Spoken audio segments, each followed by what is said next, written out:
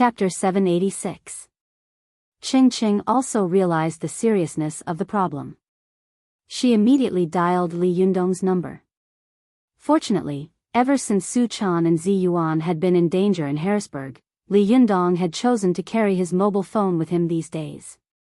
Although it was still in silent mode, it was still vibrating. Li Yundong quickly answered the phone. After saying this to Li Yundong, Ching hung up the phone and nodded to Feng Na, indicating that Li Yundong would come in a moment. Only then did Feng Na feel relieved. Her heart, which had been hanging in her chest, finally calmed down. At present, Desanxian was thriving. If the business was ruined because of such a problem, even if Li Yundong didn't blame her, Feng Na wouldn't forgive herself, and she wouldn't have the face to stay any longer. The round-faced beauty saw that the onlookers outside who didn't know the truth were making a ruckus. Her heart tightened and she secretly gritted her teeth. The problem between China and Japan was the most fragile nerve of this nation. Even the smallest thing could quickly lead to a terrible disaster. Feng Na tilted her head and looked at the waiter who served the landlady. She asked with an ugly expression, "Did you serve her?"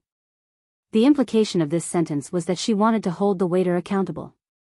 This was the suffering of working in the catering industry and the service industry. Sometimes, although the problem was with the guests, when there was a problem, it was the waiter and the lobby manager who came out to apologize together. Wasn't the rich the master? Feng Na originally wanted the waiter to go out with her to apologize, but she didn't expect that the waiter would be so scared that her pretty face turned pale. She thought that Feng Na was going to fire her. She valued this job very much. Where could she find such a lucrative job now? Besides, this was Tiannan City. How many jobs in a third-tier city could offer a temporary worker like her, who had not yet graduated from a third-tier university, a job with a monthly salary of more than 5,000 yuan? Unless it was a charity. When the girls who had come before saw that their friends were so scared that tears were welling up in their eyes, they all secretly regretted it. Especially the girl who had taken the initiative to invite the landlady over for tea. She was even more resentful in her heart. "You old woman, it's okay that you don't appreciate the free tea I invited you, but how dare you make such a scene? Aren't you trying to make trouble?" The girl was very loyal. She took the initiative to take all the blame and said, "It's all my fault. I invited her here. She's our landlord. I just wanted to." Before she could finish, Feng Na stretched out her hand and stopped her. Feng Na gently shook her head and said, "Now is not the time to find out who is right and who is wrong. What matters now is how to solve this problem." The leader of the Yamaguchi Gumi had been listening to the translator softly translate the conversation between Feng Na and the others. At this moment, when he heard what she said, he immediately gritted his teeth, yelled, and used a piece of porcelain to cut off his pinky finger. The moment he exerted force, blood immediately gushed out of his finger. The guests and Feng Na were all scared out of their wits. How sharp was the porcelain shard? How painful would it be to use it to cut one's pinky finger? Feng Na felt a headache coming on. She quickly advised, "Stop. Stop." However, the leader was also stubborn. He raised his other hand high and was about to slap the porcelain shard, trying to break his finger. Just as his hand was about to fall, he suddenly slapped someone's arm. He was stunned for a moment, thinking that it was one of his subordinates who had stopped him. Anger rose in his heart, and he was just about to turn his head to reprimand them when he saw a handsome young man gently holding his arm. Feng Na and the others were focused on the leader. They didn't notice that there was suddenly an extra person next to them. She shifted her gaze and fixed her eyes on him. Suddenly, she was overjoyed. "Li Yundong? You're here. Li Yundong?" The leader didn't understand Chinese, but he could still understand these 3 words. He was shocked and quickly looked at Li Yundong carefully. What a joke, this was the reincarnation of Wisdom King. So many members of Yamaguchi Gumi had come to Desanxian before, but none of them had met the true God. Today, he had met one. It was a great joy and a great blessing. Originally, this small leader was quite resentful about the matter of his finger being cut off. He had come to China for no reason, but he had lost his finger for no reason. Anyone in his shoes would be unhappy, but now he was ecstatic. He felt that it was too worthwhile to lose his finger. The leader immediately prostrated himself on the ground and began to talk. The members behind him also prostrated themselves on the ground, not daring to raise their heads. It was as if they had really seen the leader of Yamaguchi-gumi. The guests in the tea house had changed from tea guests to onlookers. They all stretched their necks to look at Li Yundong. Some of them more or less knew that the identity of the owner of this tea house was very mysterious and strange. Many Japanese had come here from thousands of miles away just to sacrifice this living person. Such a thing was very rare in remote cities or rural areas of China, let alone in such a modern city. Everyone only felt that it was a new experience. Looking at Li Yundong, who was too young, they sighed and pointed at him in a low voice. Li Yundong had been outside to prepare the New Year's goods with Su Chan and Zi Yuan. He hadn't expected to encounter such a disgusting thing at this time. He was secretly unhappy, but his face was quite calm. After stopping the leader's self-mutilation, he turned his head to look at Feng Na and said, "What on earth is going on? Tell me first." Feng Na was quite eloquent. In just 2 or 3 words, she had clearly explained what had happened. After listening, Li Yundong looked outside and immediately laughed out of anger. Well, if this landlady hadn't come out herself, would have almost forgotten about her. Well, instead of hiding far away, you came here to behave atrociously. You can't even let me have a good New Year's Day. You're really something. Li Yundong sneered in his heart. He nodded to Feng Na and the girl who had come with the landlady, but his face was quite kind as he said, "It's okay. Just come out and make things clear. I don't believe that no one can reason with me." Li Yundong took the lead and walked out. The crowd outside, who didn't know the truth, heard the landlady's encouragement. At this time, they all shouted loudly, as if they wanted to tear down de Sanxian.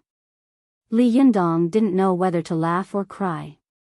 He thought to himself, "Brothers and sisters, don't vent your anger. I was still hoping to make a fortune by killing the Japanese. Now that they have been driven away by you, who can I kill?"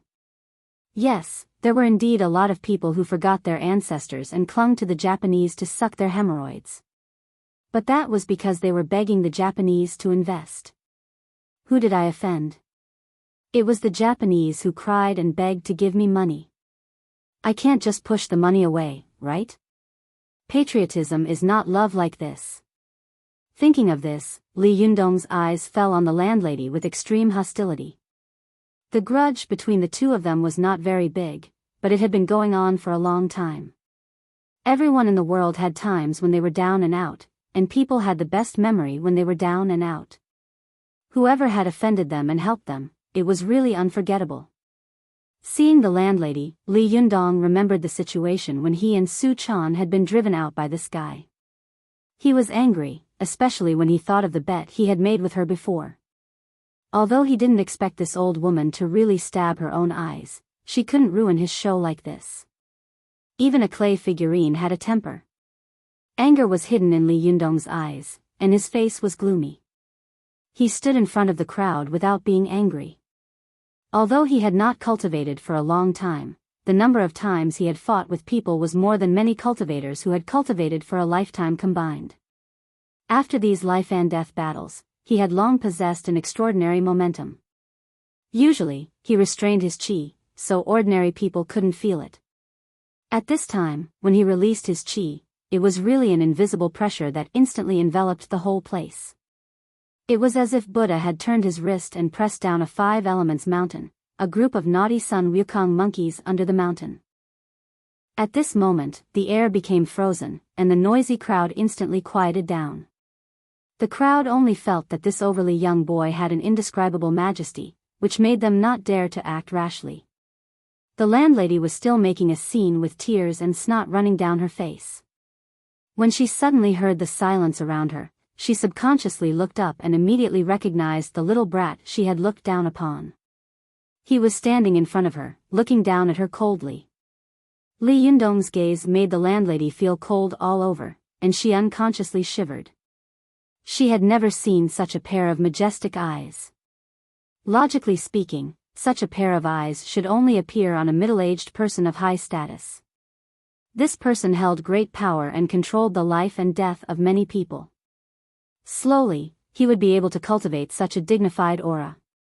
But how could it appear on a young boy in his 20s? This was impossible. The landlady felt as if her heart was being squeezed by a pair of invisible hands. Not to mention thinking, she couldn't even breathe properly. She swallowed the words she had wanted to say. No matter what, she couldn't say them. Li Yundong glanced at her and glanced at her. Then, he turned his head and nodded to the girl behind him, indicating for her to tell him what had happened. The girl was also bold.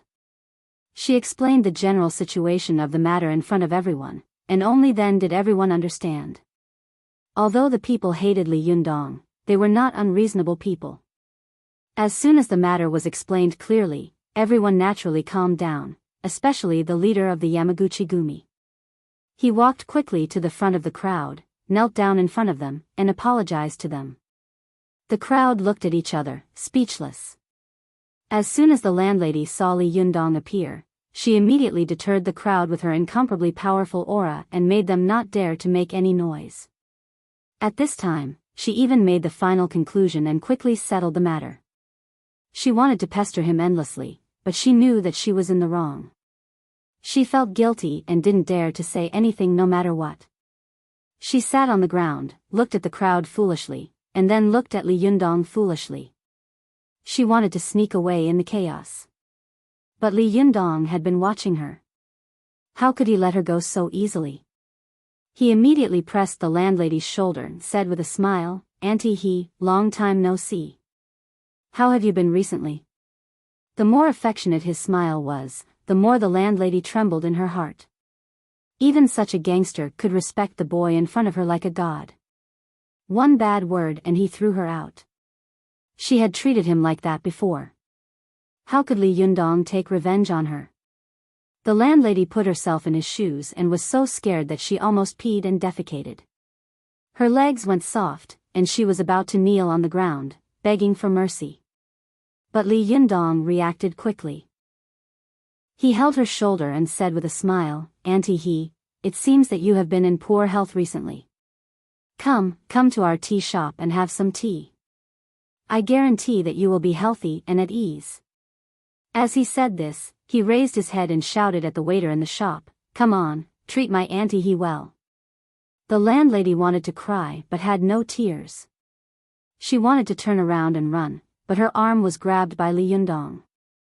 An inexplicable force pulled her, making her unable to move, let alone shout. She could only watch herself walk step by step toward the Desanxian, as if she was going to step into a devil's den and go deep into hell. She turned her head and watched the door of the tea shop behind her close with a bang. The landlady wailed in her heart, "I'm going to die." Chapter 787. The landlady entered the tea house in fear. She saw that the customers in the tea house were all looking at her strangely, like a group of onlookers waiting to be beheaded at the entrance of a vegetable market in Beijing. In particular, there was a group of unkind and covetous Yamaguchi people next to her.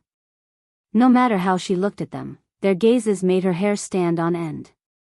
The landlady wanted to say a few words of mercy, but Li Yundong's Jinshi had invaded her body and tightly locked her lungs, making it difficult for her to breathe, let alone speak. Li Yundong smiled at the people in the tea house and said, "It's a misunderstanding. It's okay. Everyone, please continue." Only then did everyone withdraw their gazes, but there were still many people who kept glancing at them out of the corner of their eyes. As the owner of the tea house, Li Yundong naturally sat down at the tea table, pointed to the seats, and smiled at the girls who were at a loss and didn't know what to do. "Sit down, what are you waiting for?" Li Yundong was a junior this year, and these girls were also his classmates, but they were in the same school but in different departments. Before Li Yundong became famous, they naturally didn't know who this fat otaku was. But after Li Yundong became famous, because his status and reputation had climbed too high and too fast, it was impossible for them to say a few words to him. They could only occasionally meet him at school and look at him from a distance. But now they suddenly saw the most legendary figure of Tiannan University appear in front of them. Although they didn't understand how Li Yundong had appeared, who cared? Most importantly, the elusive legendary emperor was sitting right in front of them and talking to them with a smile. The girls were so excited that their cheeks were red and their eyes were shining. They knew that if they told their sisters what had happened today, they would be envied. Hearing Li Yundong's greeting, the girls all took their seats and looked at Li Yundong excitedly. It seemed that they had countless gossip questions to ask him. Li Yundong seemed to have expected this. He turned his head to look at the landlady ahead of time, not giving them a chance to gossip at all. Li Yundong's face was full of enthusiasm. He smiled at the landlady and said, "Auntie He, why didn't you tell me in advance that you were coming today? I could have made some preparations." As he said this, he smiled at Feng Na, who was a little dumbfounded. "Why are you still standing there? Why don't you bring the menu?" As if awakened from a dream, Feng Na turned around to get the menu, but Li Yundong quickly said, "Forget it. Just make a few cups of the best Huangshan Maofeng." The landlady and these girls didn't know much about tea, so they didn't know what the top-grade Huangshan Maofeng tea was. They saw a very beautiful girl who looked a little like a fox step forward and skillfully make tea. The whole process was pleasing to the eye and dazzling. The girls looked at her and sighed, but the landlady was not in the mood to appreciate it. The more she looked at Li Yundong's smile, the more she felt that he was up to no good. Although he was smiling brightly at the moment, he might have some bad ideas in his mind. Humph, a weasel paying a visit to a chicken for the new year. The landlady looked at Li Yundong nervously, and her eyes kept staring at the hands of the tea waitress, for fear that she would do something bad later. The little foxes were also foxes from the Fox Zen school. Although they didn't know much about the world, like Su Chan, they had been familiar with their shushu since they were young. They were good at zither, chess, calligraphy, painting, making tea, and tasting wine. Although their tea skills were not as good as Zi Yuan's, they were more than enough to deal with the situation. After Little Fox made the first cup of tea, she was about to pour it away, but Li Yundong held her hand and said with a smile, "Come on, give Auntie He a cup." Little Fox looked at Li Yundong in confusion and blinked. She didn't seem to understand why Li Yundong would give the first cup of water used to wash the tea to someone else. In the art of tea, the tea brewed for the first time was not to be drunk. It was only used to wash the tea leaves, and the tea brewed afterward was to be drunk. Although there were many customers here, not many people knew this rule. Most people just watched the tea waitress perform, and few people cared about why the first cup of tea couldn't be drunk. Li Yundong was obviously taking advantage of the landlady's ignorance of the art of tea. He smiled and persuaded her to drink the tea. Although Little Fox didn't know what Li Yundong was up to, she still obediently held the teacup with both hands and brought it to the landlady. Although the landlady didn't know the rule that the first cup of tea couldn't be drunk, how could she dare to drink it? What a joke! There's no poison in the tea. The landlady's face was full of suspicion. She wanted nothing more than to stick a silver needle out of her eyeballs and test the poison in the tea. Li Yundong sneered inwardly at the sight of the landlady, but he still put on a warm smile on his face. He smiled and picked up a cup of tea. "Auntie He, this is a tea house," he said. "I'll replace wine with tea. Here's to you." As he spoke, he tilted his head back and drank the steaming hot tea like he was drinking wine. The landlady noticed that the tea Li Yundong brought out was the same as the tea in front of her, coming from the same teapot. At that moment, the landlady even thought that there was a mechanism in the teapot. Usually, it would be non-toxic tea, but when the mechanism was turned, it would be poisonous tea. Obviously, the landlady's imagination had reached a certain level at this moment, reaching the level of a domestic TV series. Her tiny eyes kept sweeping back and forth over the teacup, but she refused to take it. Li Yundong smiled meaningfully and said, "Auntie He, why won't you drink it?" His words made the landlady shiver. She subconsciously looked around, only to see that the people at the mountain pass were staring at her with unkind eyes, as if they would teach her a lesson if she didn't drink it. She thought to herself, I guess Li Yundong won't be so bold as to give me poisonous tea in front of everyone, right? After thinking about it, the landlady gritted her teeth, grabbed the teacup, raised her head, and drank it in one gulp. The wind was howling, the water was cold, and the strong man who drank the tea would never return. Seeing that she had drunk the tea, the girls next to her also dared to reach out and drink, but Li Yundong stopped them with a smile. Don't. This first cup of tea is specially for Auntie He. If you want to drink it, drink the second cup. The leading girl was also very clever and obedient. She withdrew her hand and said with a smile, so we followed the landlady today. Li Yundong couldn't help laughing when he heard this. Although the people next to him didn't know what he was laughing about, Li Yundong's aura was too strong. As soon as he laughed, the people around him also laughed. The landlady also felt that it seemed a little inappropriate for her not to laugh. After her cheeks twitched twice, she forced a fake smile. Li Yundong laughed for a while and nodded to Little Fox, asking her to continue making tea. He kept persuading the landlady to drink the tea. The landlady was also very straightforward. She knew that it was impossible for her to walk out of the Desanxian unscathed today. The landlady made up her mind and thought to herself, anyway, this tea is ridiculously expensive, so I might as well drink it back. She also let go of her appetite. She drank every cup that Li Yundong gave her. She was not a refined person, so how could she taste the quality of the tea? When the tea guests next to her saw her drink cup after cup like pouring wine, they all secretly bared their teeth and shook their heads. They secretly thought that this woman was chewing on peonies, wasting the lute and boiling the crane, and it was a great spoiler. However, Li Yundong didn't seem to be aware of it. He just accompanied her with a smile. It was not until the last pot of tea had been brewed 7 times that he stopped persuading her. He smiled and took the landlady's arm, pulling her out, and said with a smile, Auntie He, it was a pleasure drinking tea with you today. You must come again when you have time in the future. The landlady was a little confused as she was pulled out by him.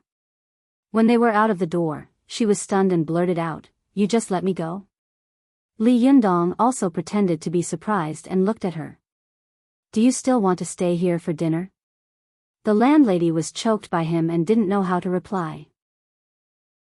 She looked at Li Yundong strangely. She only felt that although the boy's appearance and figure didn't seem to have changed much from before, the overall feeling of his whole person had changed dramatically. She only felt that Li Yundong was unfathomable. He had kneaded her like a dough, molding her into any shape he wanted.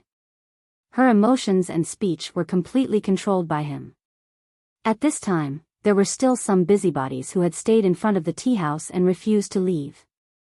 When they saw Li Yundong and the landlady walking out happily together, they all felt relieved and left one after another. It didn't seem that they had any grudges against each other. After the landlady boldly took a few steps out, she looked back nervously, only to see that Li Yundong was still waving at her and smiling.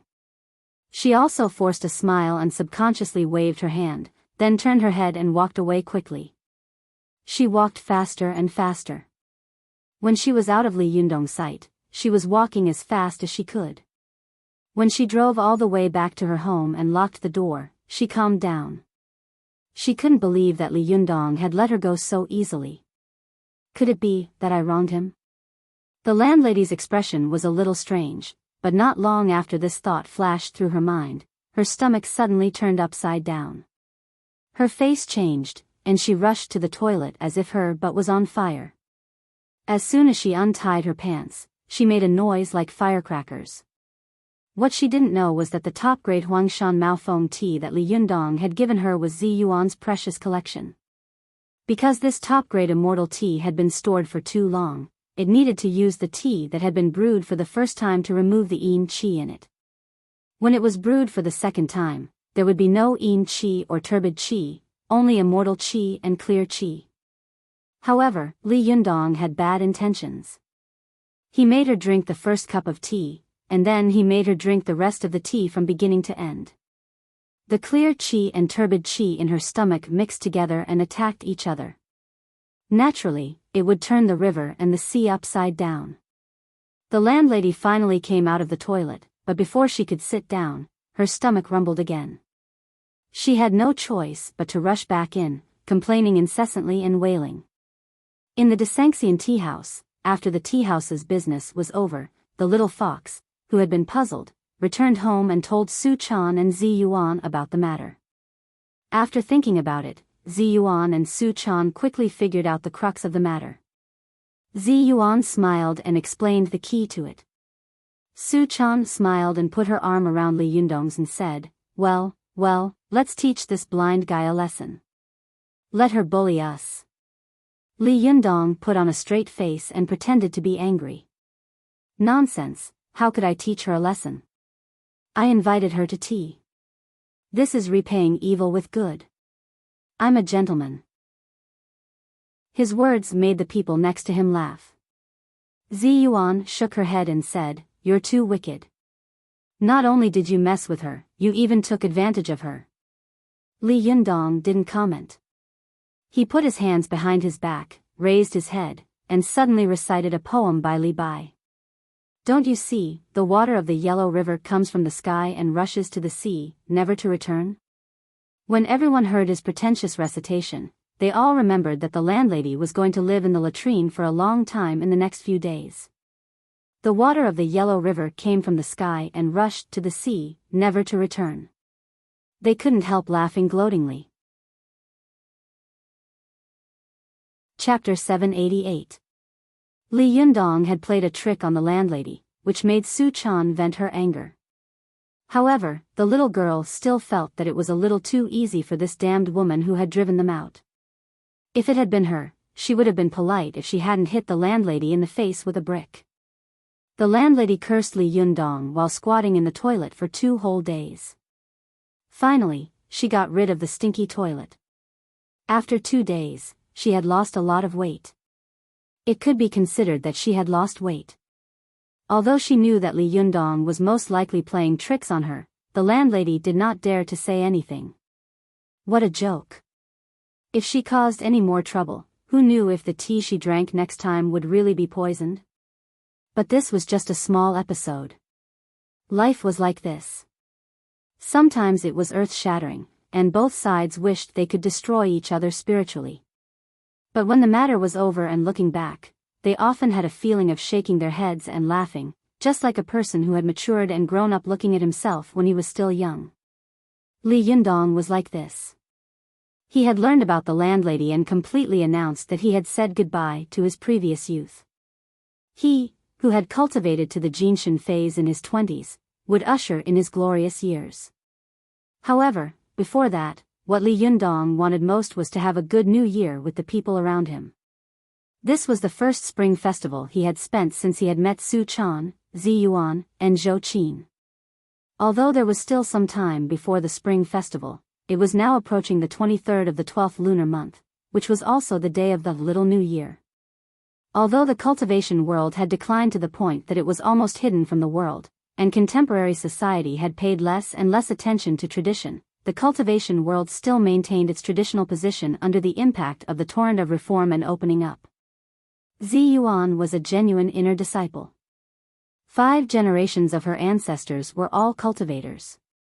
She was a fairy who had started cultivating in her mother's womb. Whether it was in her mind or in her bones, she was deeply imprinted with the elegance and dignity of traditional Chinese women, meek and gentle, as well as the characteristics of conservative and introverted. The importance that Zi Yuan attached to tradition was deep in her bones. She knew that she might be imprisoned, but in order to abide by the tradition of the Linggong sex succession ceremony, she would rather sacrifice herself and abide by the rules. Similarly, Su Chan was also a girl who attached great importance to tradition.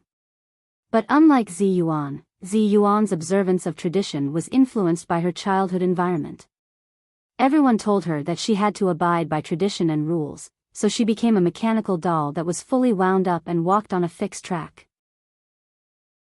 Su Chan, on the other hand, had not been exposed to modern things since she was a child. All she had been exposed to was the traditional culture of the cultivation world. She had no other choice, so she had also become a very traditional person.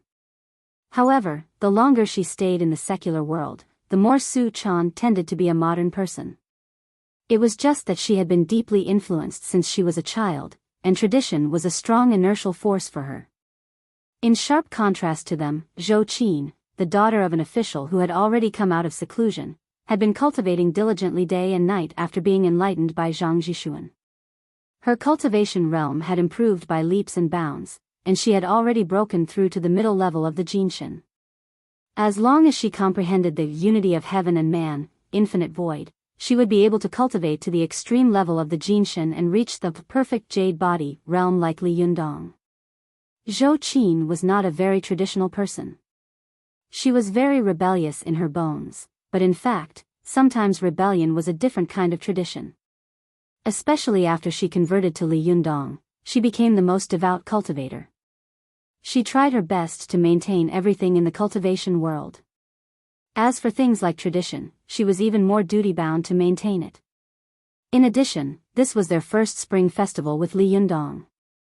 Whether it was out of justice or out of personal feelings, they all wanted to have a prosperous and lively spring festival. But according to the traditional rules, the spring festival was celebrated at the beginning of the Little New Year, that is, on the 23rd or 24th of the 12th lunar month. The reason why there was a difference of 2 days was because of the so-called officials 3, people 4, boatmen 5, which meant that the government would offer sacrifices on the 23rd of the 12th lunar month, the ordinary people would offer sacrifices on the 24th, and the boatmen who made a living on the water would offer sacrifices on the 25th. China was a world of agricultural culture, and the people loved the soil. Therefore, people who made a living on the water seemed to be a group of non-mainstream people at that time. Therefore, the saying that the Little New Year would be celebrated on the 25th was not widespread. It was generally celebrated on the 23rd and the 24th. Most of the cultivators in the ancient cultivation world were officials. In the Han Dynasty, the 5 pecks of rice sect was popular in Sichuan and Shu. The local ruler, Zhang Lu, was even the leader of the 5 pecks of rice sect, the grandson of Zhang Daoling, the founder of Taoism. The celestial master Taoism in the Wei, Jin, and northern and southern dynasties, and the Loguan Taoism in the Tang dynasty were all major cultivation sects that had been recognized by the emperor and the government. The leader or head of these sects all had very high official positions. Among them, the founders of the Taoist assembly in the Tang dynasty, Great Jinren Luo Gongyuan, Yi Fashion, and others were all high officials and rich salaries. Among them, Yi Fashion was even conferred the title of Honglu Minister and Duke of Yu during the period of Emperor Ruizong of the Tang dynasty.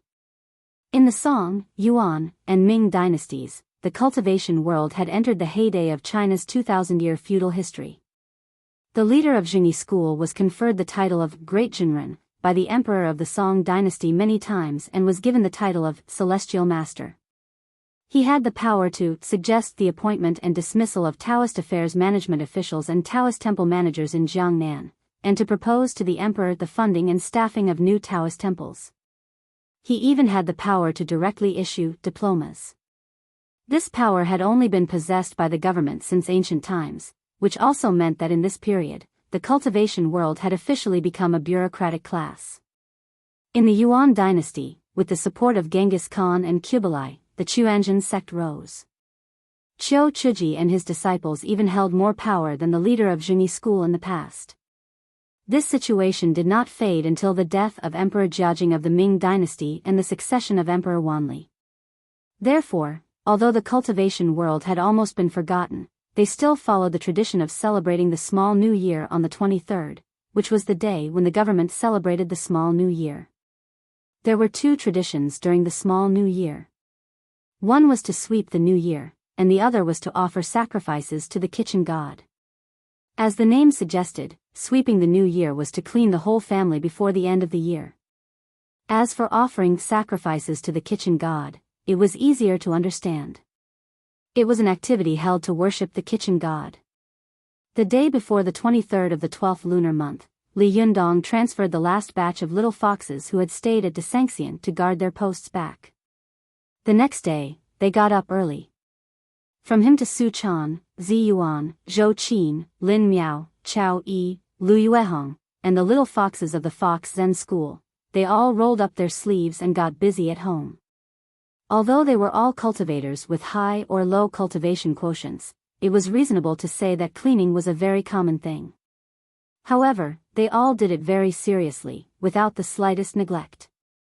The little foxes all rolled up their sleeves, revealing their arms that were like snow lotuses, and carefully wiped the glass and the floor. As the leader of the sect, Li Yundong naturally set an example. He held a broom and didn't use any spiritual power or magic. He lay on the floor and wiped the dust under the bed. Behind him, Su Chan followed like a little tail. She held a dustpan in her hand and pointed behind him with a smile. Here, there's dust. Li Yundong listened to her talking energetically behind him. It was even more lively than what he was doing. He couldn't help but turn around and say with a smile, "Hey, where is the dust? Why can't I see it?" Su Chan pointed to the corner with a smile. "Over there, you can only see it from my angle." Li Yundong smiled and handed the dusty broom to her nose. "Only you can see it? Well, you can sweep it." Su Chan immediately covered her nose with her hand and said with a smile, "It's so dirty. Take it away. It was you who said not to let me sweep it. Why are you regretting it now?" Li Yundong snorted and said, "I didn't ask you to idle around and command me." Su Chan giggled. Just as she was about to speak, she heard a knock on the door behind them. They turned around and saw that Zi Yuan was wrapped in a purple silk scarf, which was obviously used to cover up the dust. At her level of cultivation, once her Jinqi was surging, it would really be impossible for a drop of rain to get close to her and a speck of dust to stain her. However, the tradition of sweeping the new year could not be done with Jinqi. Otherwise, in the past, it would have been considered a crime of great disrespect. Zi Yuan knocked on the open door with her finger, and with her other hand, she gently pulled down the scarf on her head. The black hair on her head also fell down like a waterfall. She shook her head slightly and shook her beautiful hair, as if she wanted to shake off the dust on her head. At this moment, the fairy who used to walk in the clouds seemed to have fallen into the mortal world and become a housewife. Li Yundong and Su Chan looked at each other and smiled. Li Yundong asked with a smile, "What's wrong?" Zi Yuan smiled and said, "Everyone is almost done cleaning up and preparing to sacrifice to the kitchen stove. You can only do this alone. We will hide away." Zi Yuan was a cautious and prudent person and rarely joked with others. Her words were quite playful. Li Yundong immediately laughed and shook his head like a rattle. He knew that the traditional custom of sacrificing to the kitchen stove in ancient times was that women could not participate. As the saying went, men did not worship the moon, and women did not worship the kitchen stove. Worshipping the moon referred to the 7th day of the 7th month, when the cowherd and the weaver girl met in the Milky Way. It was commonly known as the Daughter's Day. On that night, in ancient times, women would go to the balconies and courtyards, display fruits and pastries, light incense and candles, and pray to the moon until late at night. This was a women's festival. Of course, a man should not participate in it. The fact that women did not worship the kitchen stove showed the strong feudal custom of men were superior to women, and men were superior to women. In the Tang dynasty, Duan Qingshi wrote Yuyang Zizu. Nuogeo Ji, it said that the kitchen god was named Yu and looked like a beautiful woman. It meant that the kitchen god was a handsome man who was as handsome as a beautiful woman. The man was afraid that there would be suspicion of adultery after the woman worshipped the kitchen stove, so there was a saying that women did not worship the kitchen stove. Zi Yuan's adherence to tradition seemed to be a little old-fashioned and even pedantic. She followed it regardless of whether it was good or bad, just like what her master, Wang Yuanshan, had said to her. Whether it was true or false, she would do it. Li Yundong didn't care about this. He shook his head even more and said, What are you talking about? What era are we in? Women don't worship the kitchen stove? Don't joke around. There are so many people here, and I'm the only man. You want me to worship the kitchen stove alone? Isn't this a joke? Ziyuan pursed her lips and said with a smile, I don't care. The rules can't be broken. You go to worship the kitchen stove by yourself. We're going out to buy some New Year's goods. Li Yundong was anxious. Don't. You left me alone at home. Are you all going shopping?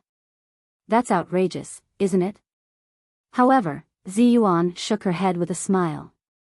Her attitude was very firm. Li Yundong had no choice but to turn his head to look at Su Chan, only to see her giggle. She jumped to Ziyuan's side and said with a smile, I'm going shopping with Sister Ziyuan. Li Yundong was so angry that he rolled his eyes and said angrily, I just went out to buy some New Year's goods yesterday, and today you guys are making trouble again. All right, you can all go out. I'll stay at home alone. Let's see how much money you have to squander. Ziyuan pursed her lips and smiled. She turned around and went out, and Su Chan followed her out. After a while, the little foxes obviously got the news. They cheered and rushed out of the door one after another. The originally lively house suddenly became deserted. Li Yundong sat down on the edge of the bed gloomily and muttered in his heart, should I stay to worship the damn kitchen stove, or should I just go shopping with them? Although it was only the Lunar New Year's Eve, it was too miserable to be left alone at home, wasn't it? Just as Li Yundong was hesitating, he suddenly saw a pretty face poking out of the door. Her eyes were curved into arcs with a smile. Who else could it be but Su Chan? Li Yundong was shocked and then overjoyed. He waved to Su Chan and said, You didn't go? Su Chan threw herself into Li Yundong's arms with a burst of fragrance and smiled slyly like a little fox who had done something bad and had succeeded in her trick. He, when they all go out, I can be intimate with my master. As she said this, the little girl looked at Li Yundong with a face full of resentment. Master, how long has it been since we've been intimate? I want to be intimate with you. Chapter 789. Although Su Chan was a coquettish and beautiful little fox, she rarely took the initiative in matters between men and women. Li Yundong looked at the little girl in his arms with some surprise. He scratched the tip of her nose with his finger and said with a smile, You little girl, you're a little scheming, aren't you? You coaxed them all out, and then you came back. Not bad, not bad. Su Chan only wanted to be with Li Yundong every minute and every second. It would be best if she could not let go of him. But the little girl also knew that her master was a person who wanted to do great things, so she could not be a burden to him. She looked at him and said pitifully, But I used to be with you every day, but now I often can't see you. Sometimes I can only see you for a few days, and then you disappear again after a few words. I feel sad. Li Yundong's words made Su Chan look at Su Chan, and she said pitifully, But I used to be with you every day, but now I can't see you. No matter how reasonable and broad-minded the little girl was, seeing that there were more and more beautiful women around Li Yundong, although Li Yundong was a gentleman and could still control himself, it was absolutely impossible for her not to have any thoughts in her heart. There was no such stupid woman in the world, and even if there was, it would definitely not be Su Chan. However, after all, many of them were Li Yundong's fellow disciples. Ziyuan was Li Yundong's confidant who was both a teacher and a friend. She also took care of Su Chan a lot. Zhou Qin was Li Yundong's friend, classmate, and eldest disciple. Lin Miao was also Li Yundong's disciple. Even Feng Na, Qing Cheng, and the others were also Li Yundong's friends and helpers in his business. These people were all beautiful women. It was true that Li Yundong was fated to have a peach blossom. Sometimes, just looking at such a room full of beautiful women made Su Chan feel a headache for Li Yundong. It was fine if there were more and more women, but the time she spent with Li Yundong was getting shorter and shorter, which made Su Chan really depressed. Therefore, the little girl came up with such a drastic idea. Early in the morning, she secretly encouraged Zi Yuan with the saying that women do not sacrifice themselves to the kitchen stove, and then played a back thrust. Li Yundong saw that the little girl was speaking pitifully, but the corners of her eyes were full of slyness and pride. He couldn't help laughing and said, "You little girl, do you feel very proud after deceiving so many people?" The pitiful expression on Su Chan's face suddenly disappeared and was replaced by a triumphant expression. She said with a smile, "It's fine if it's others, but it's really rare to be able to deceive Sister Zi Yuan." Li Yundong laughed and said, "Really? From what I see, Zi Yuan is giving in to you. How could she not see through your little scheme? Didn't you see her smiling without saying a word?" Although this girl was a bit stubborn, she wasn't a stubborn person. Besides, wasn't it just women not sacrificing to the kitchen stove? Wouldn't it be fine if she didn't participate in the ceremony? Why did he have to run? "I'm catering to you." Su Chan opened her mouth. She thought for a moment and felt that what Li Yundong had said was reasonable, but she was still a little unconvinced. She said, "Really? When Sister Zi Yuan comes back, I'll ask her." Li Yundong said with a smile, "Don't ask. With her personality, even if she sees through it, she won't point it out, let alone say it. Moreover, there must be others who have seen through your thoughts. Do you believe me?" Su Chan snorted and said, "I don't believe it. No one else is so smart." As soon as she finished speaking, she heard the sound of the door outside. After a while, there was the sound of hurried footsteps coming upstairs. A figure quickly passed by Li Yundong's door, but as soon as it passed, the person suddenly poked his head out of the door and said with a surprised expression, "Su Chan, why are you back?" As soon as Su Chan saw this person, she became angry. "Ling Yu, why are you back?" A meaningful smile flashed across Ling Yu's eyes. She giggled and said, "I forgot to take my wallet, so I came back to get it." As she said this, she winked at Su Chan, as if she didn't know what to say. Seeing that Ling Yu had ruined her plan, Su Chan was so angry that she wanted to bite this damned girl. She puffed up her cheeks angrily and ground her gums. She gritted her teeth and said, "That be asterisk starred, she has never used a wallet. She puts all her money directly in her pocket. Does she think I don't know?" While she was losing her temper in a low voice, she saw Ling Yu sweep past the door like a gust of wind. After that, she leaned back and poked her beautiful head out of the door. She said with a smile, "Su Chan, have fun with the leader. I'll go out first." As she said this, she retracted her head, but as soon as she retracted it, she quickly poked it out again and said with a sneaky smile, "Don't worry, I won't tell anyone else." This last sentence made Su Chan so angry that she stamped her feet. Li Yundong, who was beside her, looked at her with an expression that said, "Look, what did I just say?" He had a strange expression on his face. After stamping her feet for a while, Su Chan finally lowered her head dejectedly. Her small mouth was pouting high, and her face was full of resentment. Her eyes were full of unconcealable loss and disappointment. Li Yundong couldn't bear to see her like this, so he hugged the little girl and said softly with a smile, "Well, silly girl, don't worry about what they think. As long as you're happy." The little girl shook her head bitterly and said in a low voice, "No, I can't let them gossip behind my back. I'd better go shopping with them." Li Yundong smiled and said, "Don't be silly. They can probably guess that you will sneak back halfway. Besides, you are my real girlfriend. What can they gossip about?" The little girl still just shook her head, as if her little self-esteem had been hurt, and her face was sad. Seeing that he couldn't persuade her, Li Yundong had to settle for the next best thing. He said, "Well, you go.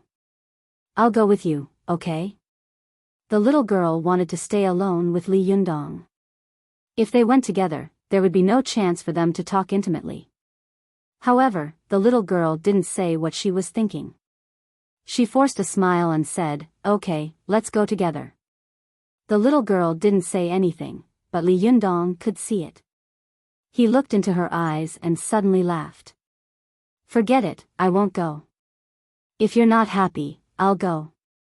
Su Chan quickly raised her head and said, no, no. She was about to argue, but she heard Li Yundong whisper in her ear, silly girl, you sneaked into my room at night. When Su Chan heard this, she was stunned for a moment, but then she smiled and nodded her head like a chick pecking rice. She smiled without a nose or eyes, stretched out her little finger, and giggled. Don't go back on your word. Li Yundong laughed and crooked his finger at the little girl, saying, okay, I won't go back on my word. Only then did the little girl completely change from worry to joy. She bounced out of the door after Ling Yu's figure. The group of beautiful women wandered around outside for almost a day. After Li Yundong worshipped the kitchen god at home, they had a sumptuous dinner together. After dinner, everyone went back to their own rooms to cultivate. The little girl waited impatiently until it was dark. When most of the people went to bed, she carefully and quietly left the door like a thief. She came to Li Yundong's room and gently pushed the door open, only to see that it was unlocked. Obviously, Li Yundong was waiting for her. She was delighted and took a look inside. Sure enough, she saw Li Yundong sitting cross-legged on the bed, looking at her with a smile. Li Yundong's gaze made Su Chan feel a little hot all over, and her cheeks turned red. However, she quickly got into the room and locked the door. Immediately, she climbed onto the bed and threw herself into Li Yundong's arms like a swallow flying into the forest. She raised her jade-like face, pouted her rosy pink lips, and whispered, let's have a kiss first.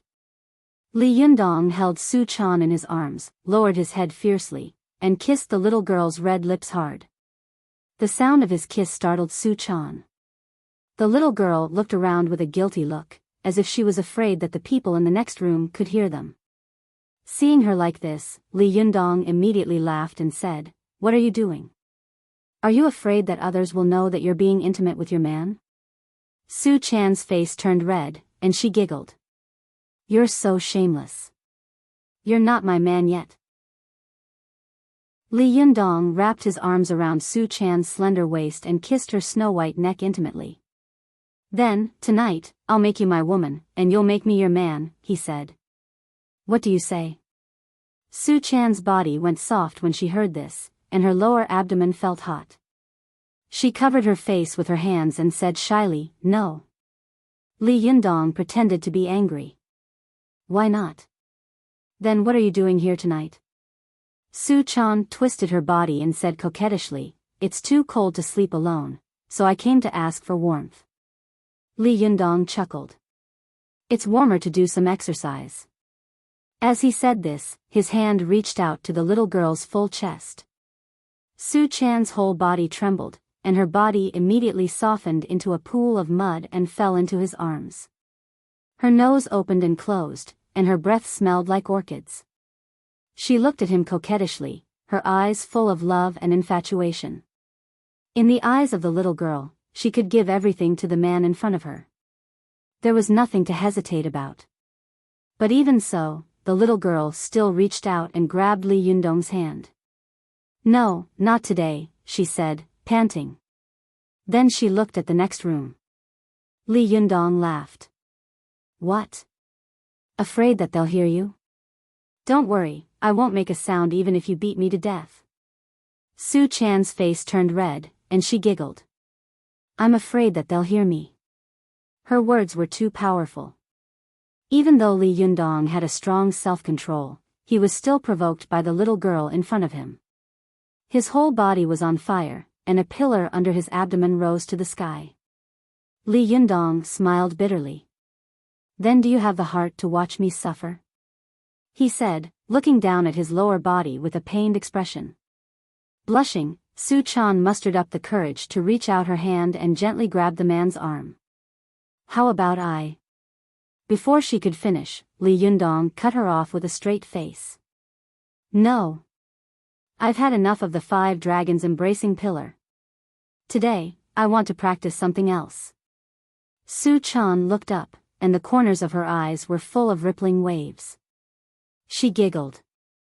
What do you want to practice? Li Yundong thought for a moment, then put on a straight face and said seriously, "Today, let's practice one move, 24 moonlit bridges, where the beautiful woman can teach you how to play the flute." This sentence was so vulgar that Su Chan couldn't understand it. Her cheeks suddenly turned so red that they looked like they were about to bleed. She gave Li Yundong a coquettish look, then suddenly lowered her head and buried her head. Li Yundong was originally just joking with the little girl, but he didn't expect her to really practice the jade woman blowing the flute. Even though he was the reincarnation of the Wisdom King, with a profound understanding of Buddhism and a strong self-control, at this time, he couldn't help but feel his heart shake, his mind go dark, and his whole body feel like it was about to explode. He couldn't help but shout happily, but as soon as he shouted, the little girl raised her head and said, "You're so annoying. I can hear you." Li Yundong smiled bitterly. "But I can't help it either. What should I do?" Su Chan giggled. "Well, you can wait here for me to say that." "I don't care, I can't help it." Li Yundong's face was full of worry.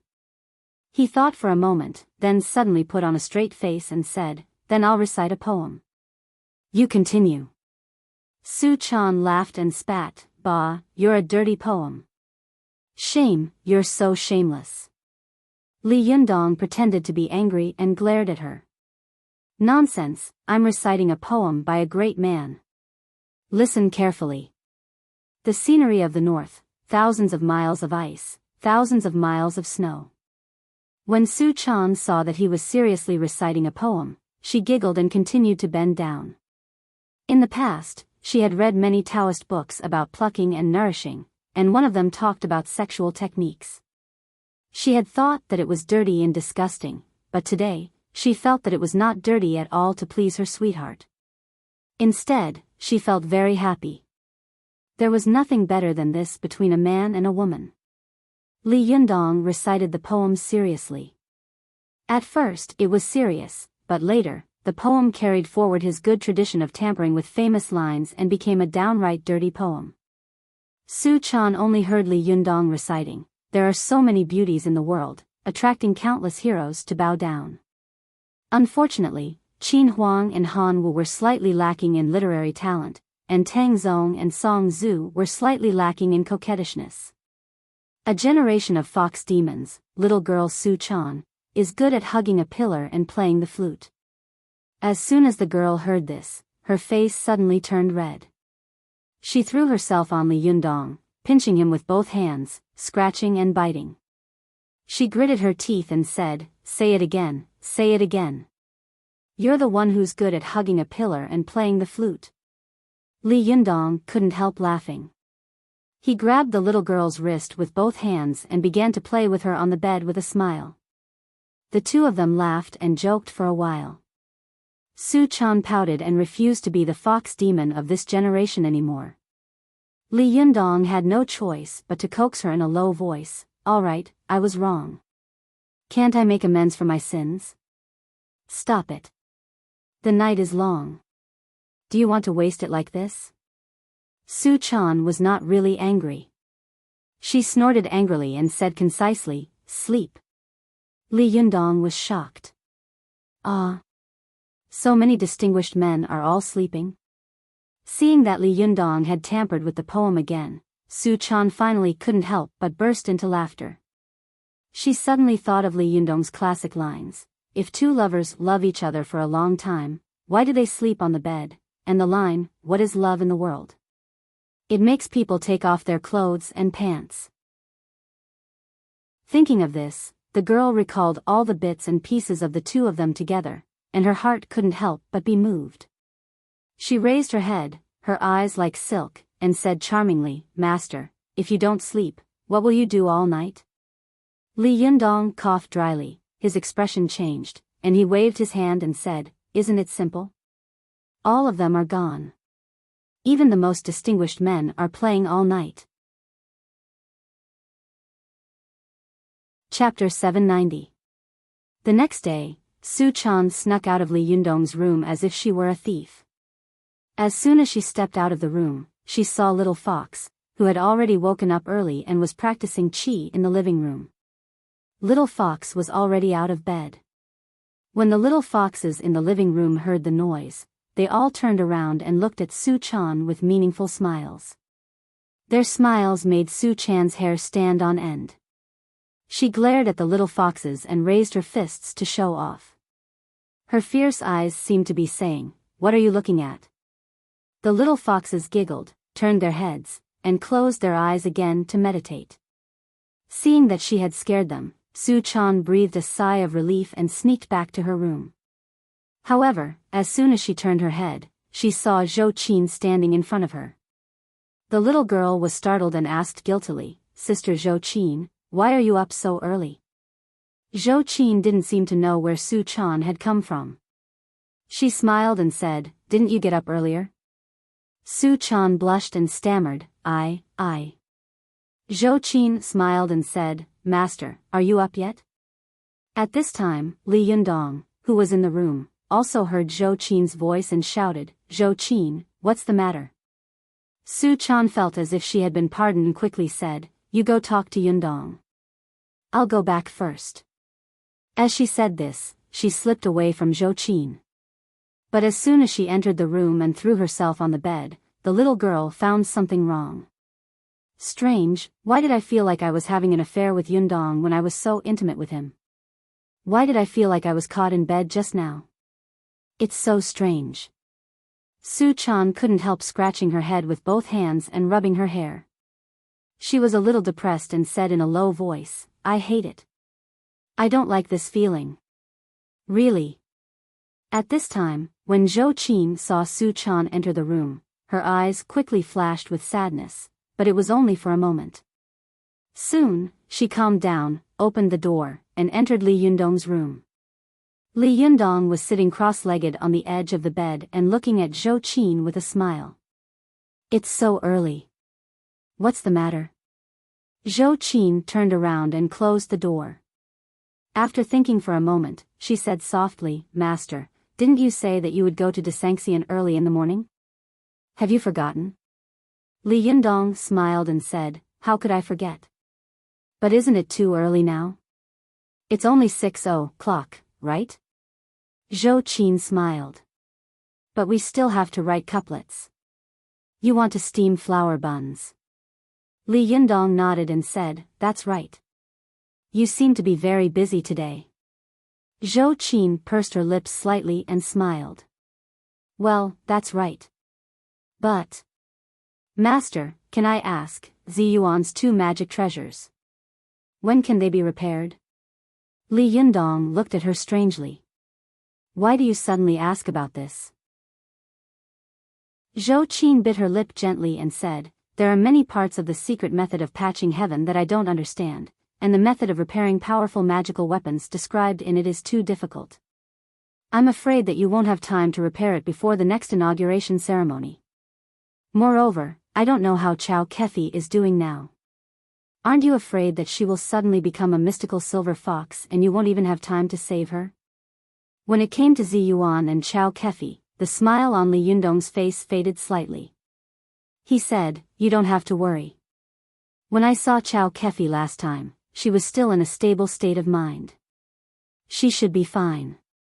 Moreover, it's useless for us to be anxious now, because there are 2 ways to repair powerful magical weapons. One is to use all kinds of materials to forcibly repair powerful magical weapons. This method takes too long, and where can we find the materials? Who knows what materials these 2 powerful magical weapons were made of?" Zhou-chin asked, "What about the other way?" Li Yundong smiled and said, "How do you read? How could you forget the 2 important sentences in the secret method of patching heaven? Although it is said that the way of heaven is to destroy excess and make up for deficiency, the way of man is to destroy deficiency and make up for excess.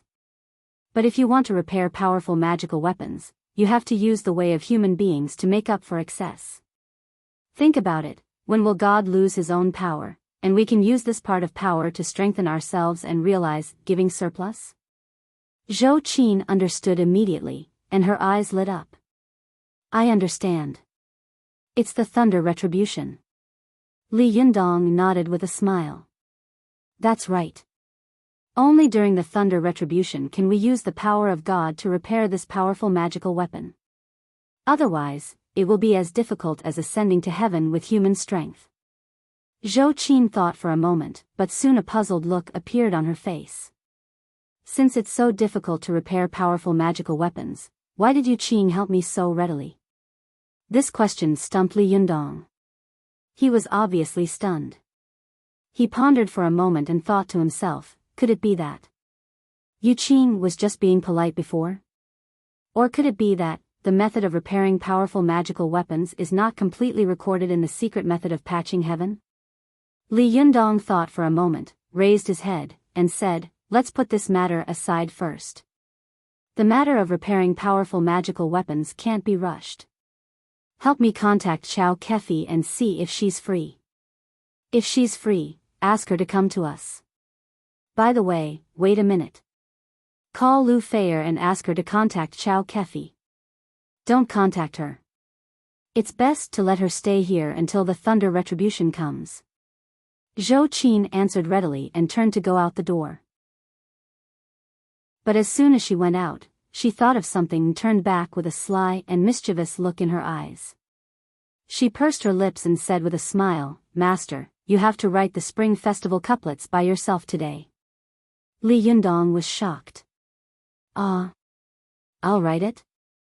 Are you sure you didn't make a mistake? Can you show me my handwriting? Zhou Qin covered her mouth and said with a smile, I don't care. You are the leader and the chairman of Desanxian. If you don't write it yourself, it won't make sense, will it? Li Yundong scolded her with a smile, nonsense. It's just a small tea house. How can it be the chairman? Aren't you afraid of being laughed at? Zhou Qin smiled and said, it's small now, but it's not necessarily the case in the future. It's definitely right to set up the rules early. Li Yundong just shook his head and refused to write by himself no matter what. Forget it, you guys set up your own rules. I will never write this word. Otherwise, if people see my handwriting, they will laugh themselves to death. Next time I fight with someone, I won't do anything. If I write a word in front of him, he will laugh himself to death. Zhou Qin couldn't help laughing, and her shoulders trembled. Master, if you don't write Spring Festival couplets, you have to help us think about what to write, right? Li Yundong sighed and said, no way, do I have to think about this? Really, don't you know that I'm very busy? Zhou Qin rolled her eyes and suddenly said, are you busy playing all night? Li Yundong was about to get out of bed. When he heard this, he almost fell to the ground. He widened his eyes and deliberately stared at Zhou Qin with a straight face. It's not a good habit to eavesdrop. Zhou Qin pretended to be surprised and said, what do you mean by eavesdropping? Master, what are you talking about? Li Yundong saw that her appearance didn't seem to be fake and couldn't help but be stunned. He thought to himself, isn't it? Is she just saying it casually? Li Yundong didn't want to continue this topic, so he waved his hand and said, okay, I got it. I'll think about the couplets later. You can go and do your work. Zhou Qin pursed her lips and smiled. Okay, then I'm leaving. But not long after she left, she poked her head out again and said quickly, Master, next time you talk in a lower voice. After that, she giggled and quickly ran away. Li Yundong was so angry that he almost laughed. This evil disciple, if he didn't beat her for 3 days, she would tear the tiles off her roof. After more than an hour, Zi Yuan, Su Chan, Wan Hongling, Zhou Qin, and the others gathered in the living room and were discussing what to write next. Zi Yuan, Zhou Qin, and Su Chan were also warming up by practicing calligraphy on the xian paper with pens in their hands. Except for Li Yundong, almost everyone in the hall was good at writing. Among them, Zi Yuan had copied the calligraphy of the 2 kings since she was a child, namely, the calligraphy of Wang Shiji and his son Wang Xianji.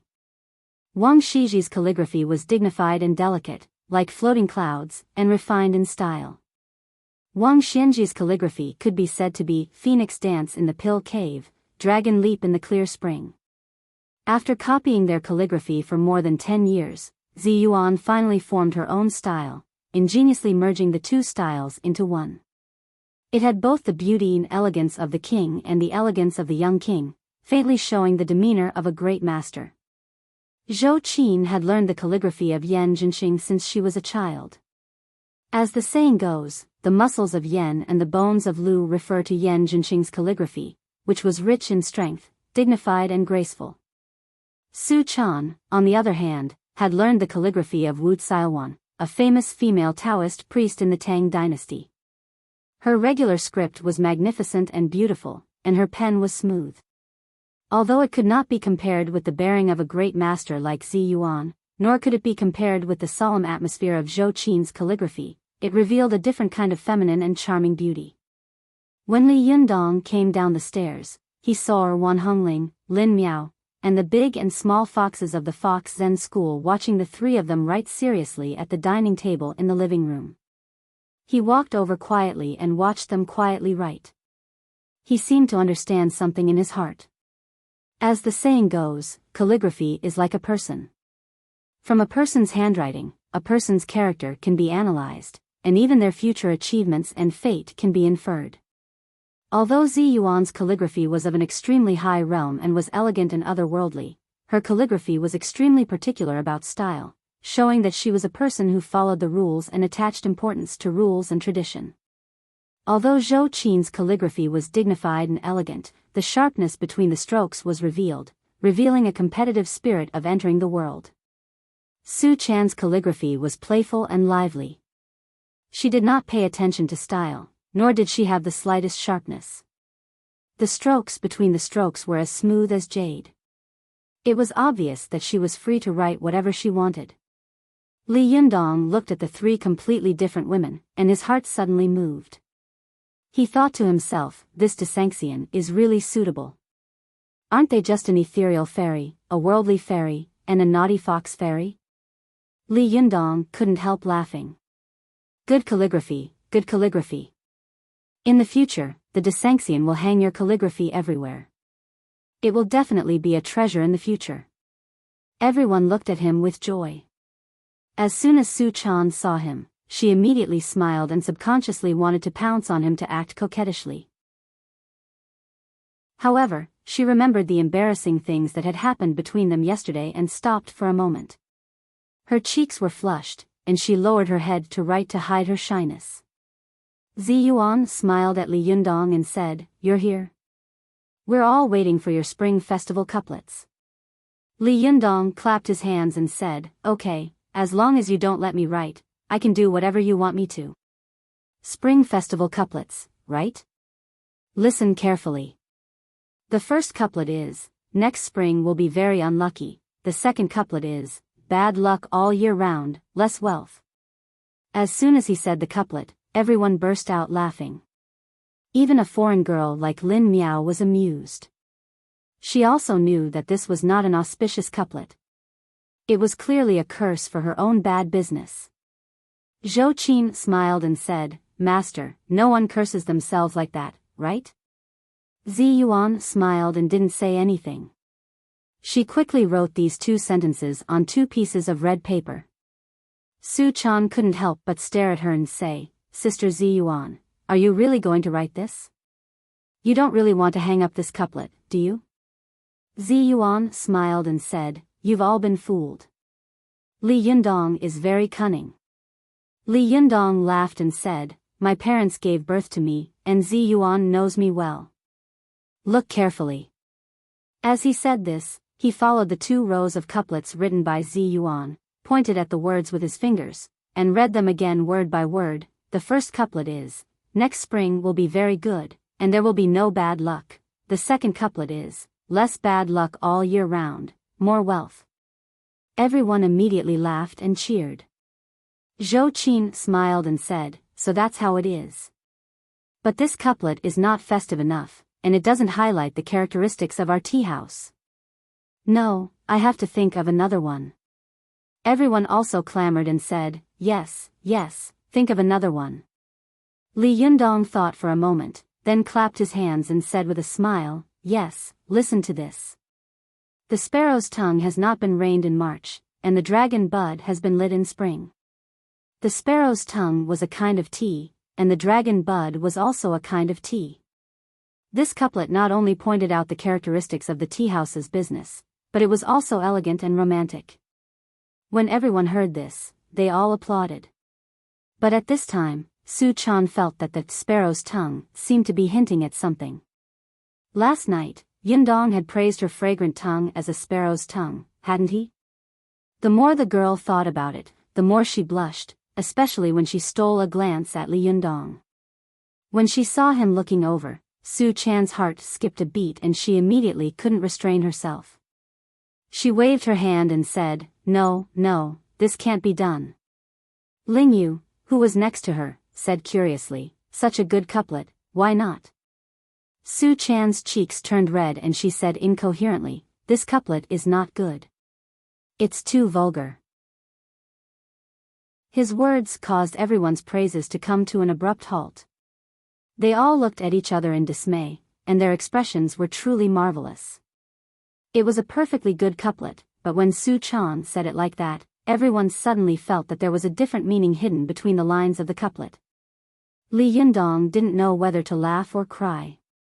He thought to himself, "My girl, you really confessed without being pressed." Chapter 791. Su Chan soon realized that she had spoken too quickly and said something wrong.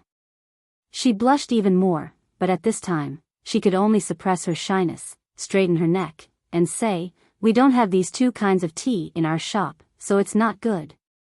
Thanks to Su Chan's quick wit, she had come up with such a far-fetched reason. But even if it was far-fetched, it was still a reason. The crowd was also very sensible and did not continue to ask questions. What does it have to do with whether the two kinds of tea are obscene or not? Li Yundong also quickly took the opportunity to step down. He coughed dryly and said, "Then I'll think of another couplet." "Well, listen to this. Condense into the cloud and mist of Mount Huangshan, float out the morning dew fragrance of Jiuhua. How about this?" In this couplet, the first couplet mentioned the famous tea, Mount Huangshan Mao Feng, and the second couplet mentioned the famous tea of Jiuhua, Jiuhua Yunjian. Among them, the tea of Mount Huangshan was mainly Taoist tea, while the tea of Mount Jiuhua was mostly Buddhist tea. In the upper and lower couplets, there were both famous Taoist tea and Buddhist tea. It was really profound, secretly alluding to the cultivation realm of Li Yundong, the master of Desengxian, who cultivated both Buddhism and Taoism. Most of the people present were knowledgeable. When they heard this couplet, their eyes suddenly lit up and they couldn't help but cheer loudly. Zi Yuan also nodded and said with a smile, "This couplet is good." As she said this, she picked up the brush and began to write. Zhou Qin pursed her lips and teased Su Chan, "Well, we have these two kinds of tea in our shop, don't we?" Su Chan was so embarrassed that her ears were burning, and they were so red that they seemed to be dripping blood. She stamped her feet and said, "You're so annoying. You're bullying me." Everyone laughed. Li Yundong smiled and walked to Su Chan's side, rubbed her black hair dotingly, and said with a smile, "Well, the three of you write a couplet each. Didn't I say 3 couplets before? 1 for each person." As he said this, Li Yundong winked at Su Chan and said, "Do you want to write that one?" Su Chan said angrily, "I won't write it, I won't write it. Whoever wants to write it can write it." After that, she covered her face and rushed to her room. Li Yundong laughed behind her. After the group of people finished writing the couplet, they went to Desengxian. Lin Miao also followed Li Yundong. Although she was an American, she knew a lot about China. She didn't know much about Chinese customs. She only felt that it was new and curious. Even though she came from a rich family, she still felt a little excited at this time, and she was looking forward. When they arrived at Desengxian, Feng Na, Ching Cheng, and the others were already busy in the store. As soon as they saw Li Yundong, they all greeted him with a smile. Li Yundong smiled and handed 3 couplets to Feng Na, asking her to hang them at the door and inside the store for good luck. It was early in the morning, so naturally, the tea house wouldn't have any business. Most of the customers who came to drink tea would only arrive after noon. Li Yundong glanced at the busy waiters in the shop, who were stealing glances at him from time to time. To his surprise, he found that many of them looked very familiar.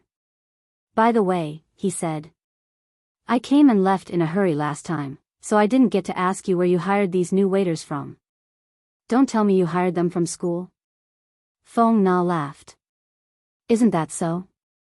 You can be considered to be repaying society and supporting your alma mater.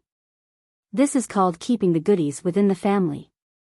Li Yundong laughed and said, "I'm not that noble.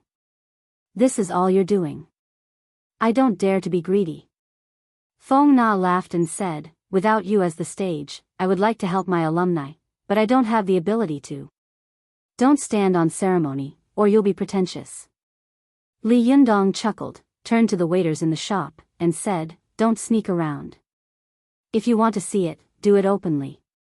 It's not like you haven't seen it in school before." Some of these female students were older than Li Yundong, some were his classmates, and some were his junior sisters. When they heard Li Yundong's words, they all laughed. Li Yundong's name was like thunder in their ears.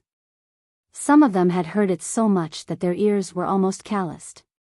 But now, they saw this legendary figure of Tiannan University, who had started his own business from scratch in his junior year. He had made such an achievement at the beginning, which was really admirable.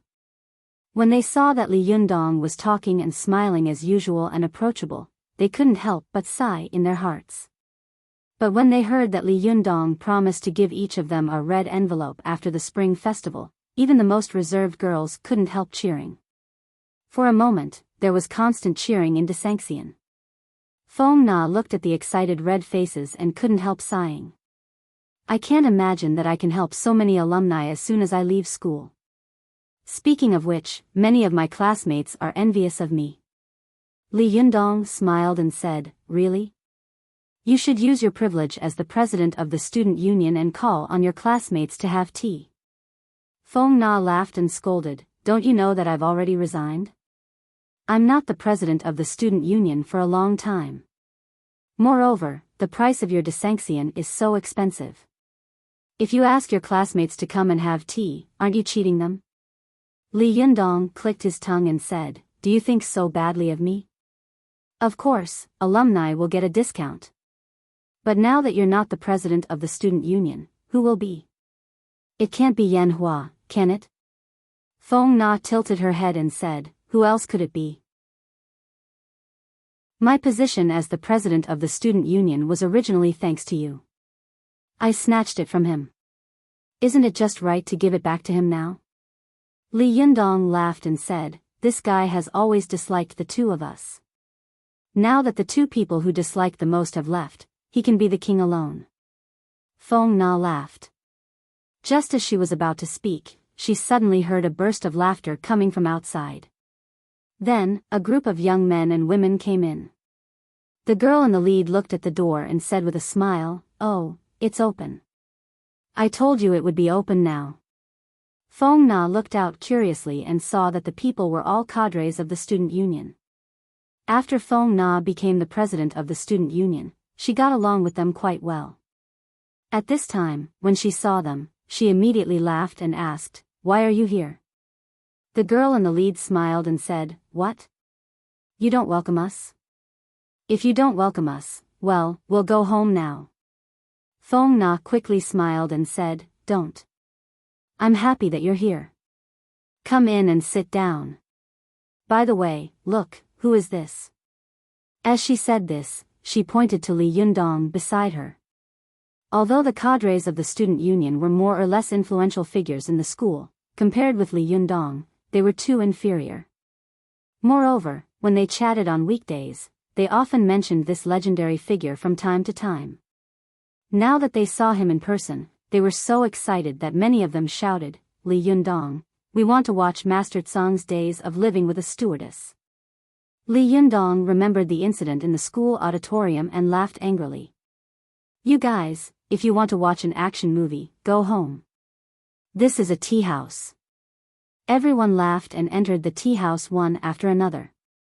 Feng Na took the girl in the lead and said with an affectionate smile, "It's the New Year's Eve. You haven't gone back yet?" The girl smiled and said, "No, the school is going to be expanded next year." The cadres of the student union stayed behind to help. They won't go back until 2 days later. Feng Na smiled and said, "Then why aren't you busy today? Why did you come here?" The girl smiled and pointed to the door, saying, "Our president suggested it, so we came." Feng Na was stunned. She followed the direction of her finger and looked outside, only to see Yan Hua standing quietly outside the door with a faint smile on the corner of his mouth. If someone hadn't told her that Yan Hua was outside the door, Feng Na would have ignored his existence. In Feng Na's impression, Yan Hua was a very domineering and conceited boy. No matter where he went, he could not wait for everyone's attention to be focused on him. His desire to show off and control was extremely strong, and he was not willing to be lonely at any time.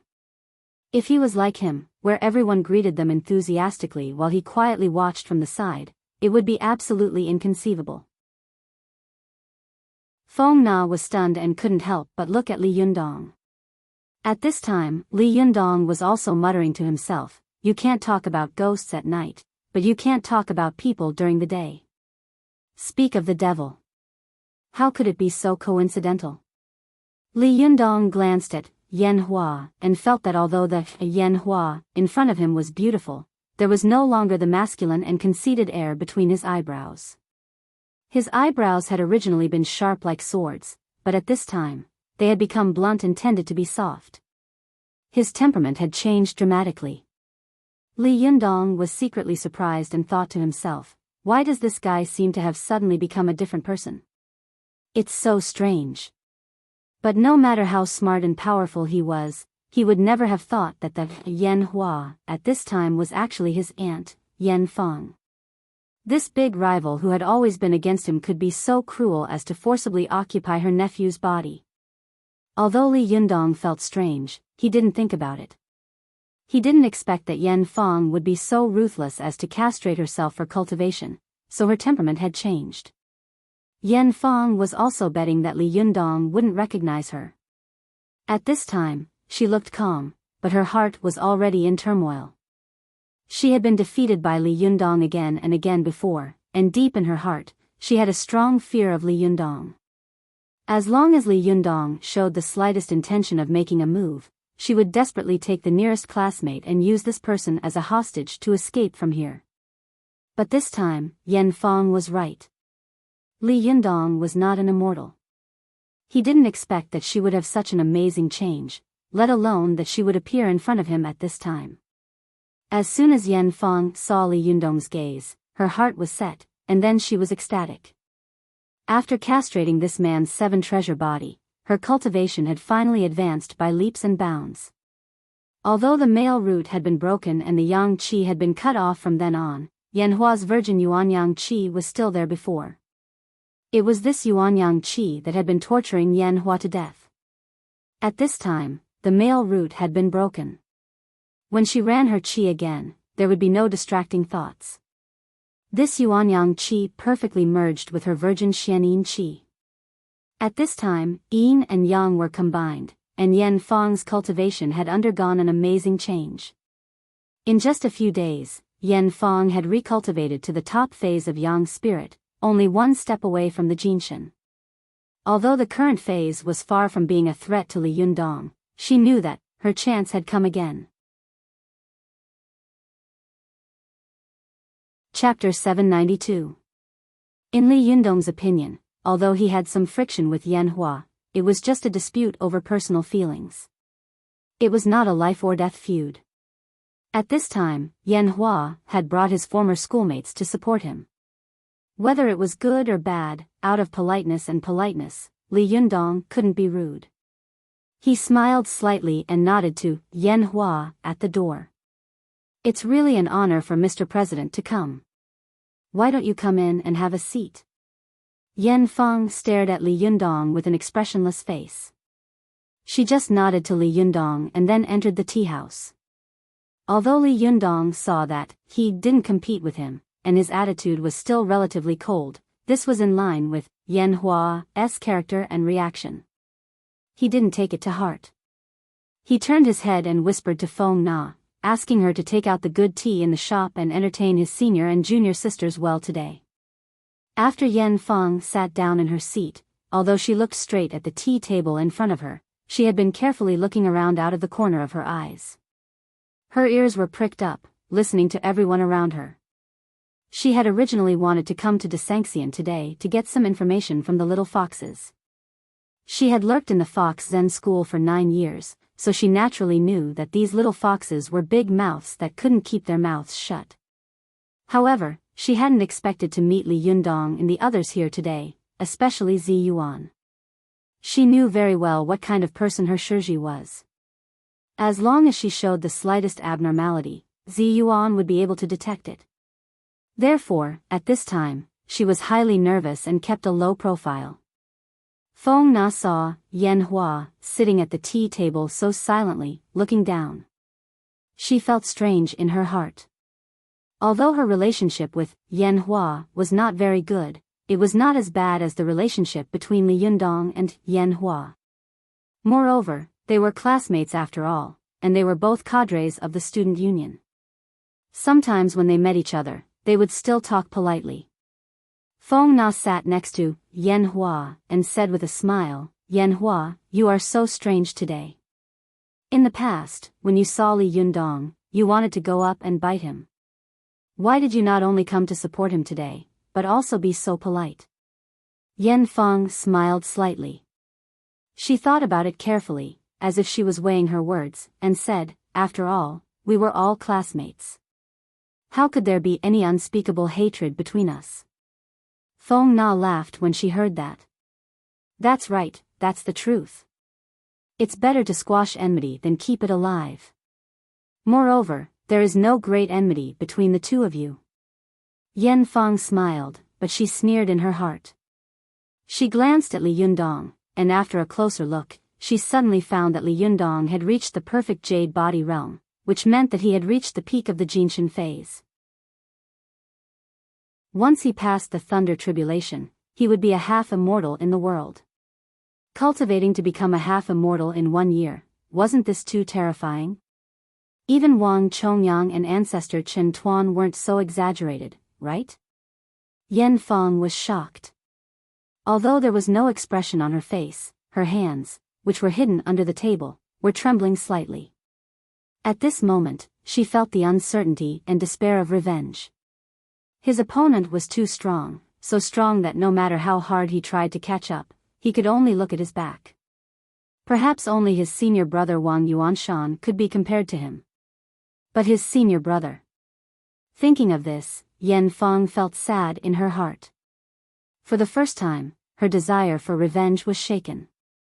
In addition, these days, for the first time in more than 9 years, she experienced the mystery and wonder of cultivation. In Jin Yang's The Smiling, Proud Wanderer, Dongfang Bubi described his feeling after practicing the Sunflower Manual. He said that after castration, he practiced according to the secret method, refining elixirs and taking medicine, and gradually understood the truth of heaven and earth, and understood the happiest thing in the world.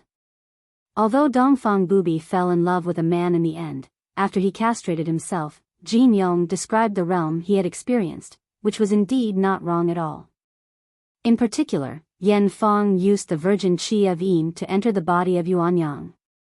Once the yin and yang were combined, the two qis merged into one, and the new qi was born. The realm that could be experienced was really not enough to be known to outsiders.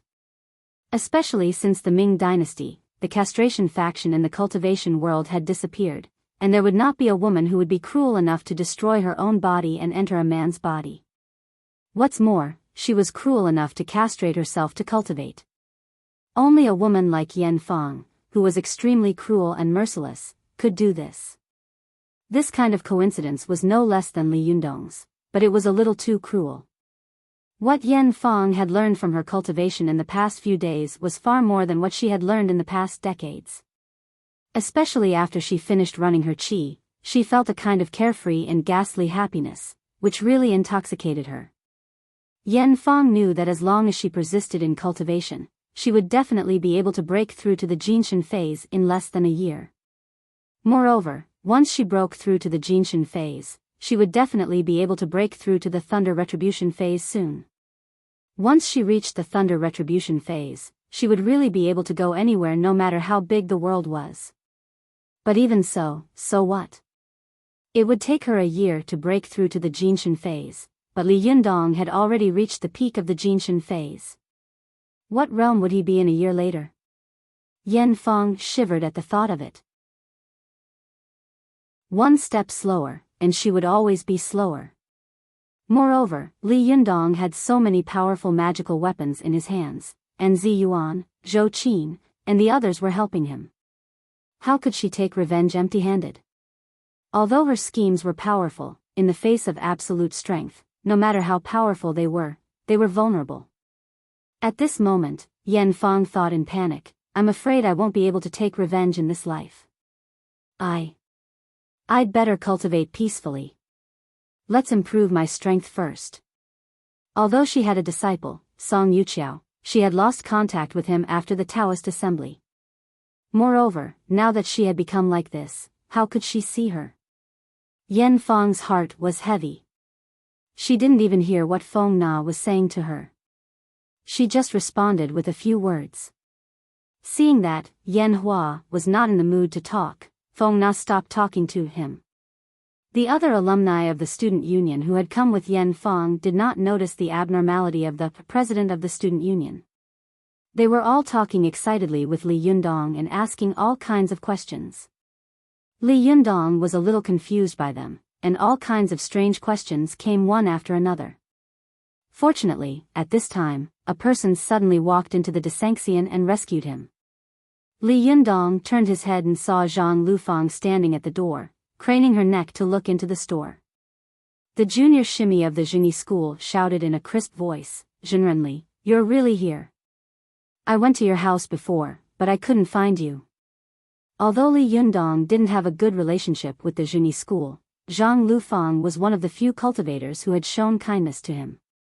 Especially now that there was a festival going on, she was smiling. As the saying goes, don't hit a smiling person. No matter how dissatisfied Li Yundong was with the Zhengyi school, he still greeted her with a smile. He had heard from Zi Yuan that she was Zhang Kongyan's disciple. Her surname was also Zhang, and she had the bloodline of Zhang Tianshi. However, she was a concubine. Although her bloodline was not pure, she was beautiful, had a pleasant personality, and was very likable. She was very popular in the Zhengyi school. Because there were his alumni in the shop, Li Yundong did not salute them. He just nodded to Zhang Lufang and said with a smile, "Hello, Zhenren Zhang. This is your first time coming to the Desanxian, isn't it?" Zhang Lufang rolled her eyes on Li Yundong's face. Suddenly, she covered her mouth and whispered in surprise, "Oh, have you cultivated to the perfect jade body? That's amazing. TSK, your skin is even better than mine. I'm so angry." Li Yundong couldn't help laughing and said, "Zhenren Zhang, you didn't come here just to praise my good skin, did you? Do you want me to introduce you to some skincare products?" Zhang Lufang smiled and said, "Zhenrenli, you're so humorous. I don't come to the temple for no reason. I came here specially for you today for something." No, I should say that I'm not looking for you, but for Shiji Ziyuan." Li Yundong looked back with a smile and said loudly, "Ziyuan, I'm looking for you." As he said this, he was about to walk into the shop. Seeing that he was about to leave, Zhang Lufang quickly reached out to grab him and said anxiously, "Hey, don't go. I still have something to say to you." Li Yundong asked curiously, "Aren't you looking for Ziyuan?" Zhang Lufang giggled and said, "Someone asked me to pass a message to her. I'm looking for you for something else."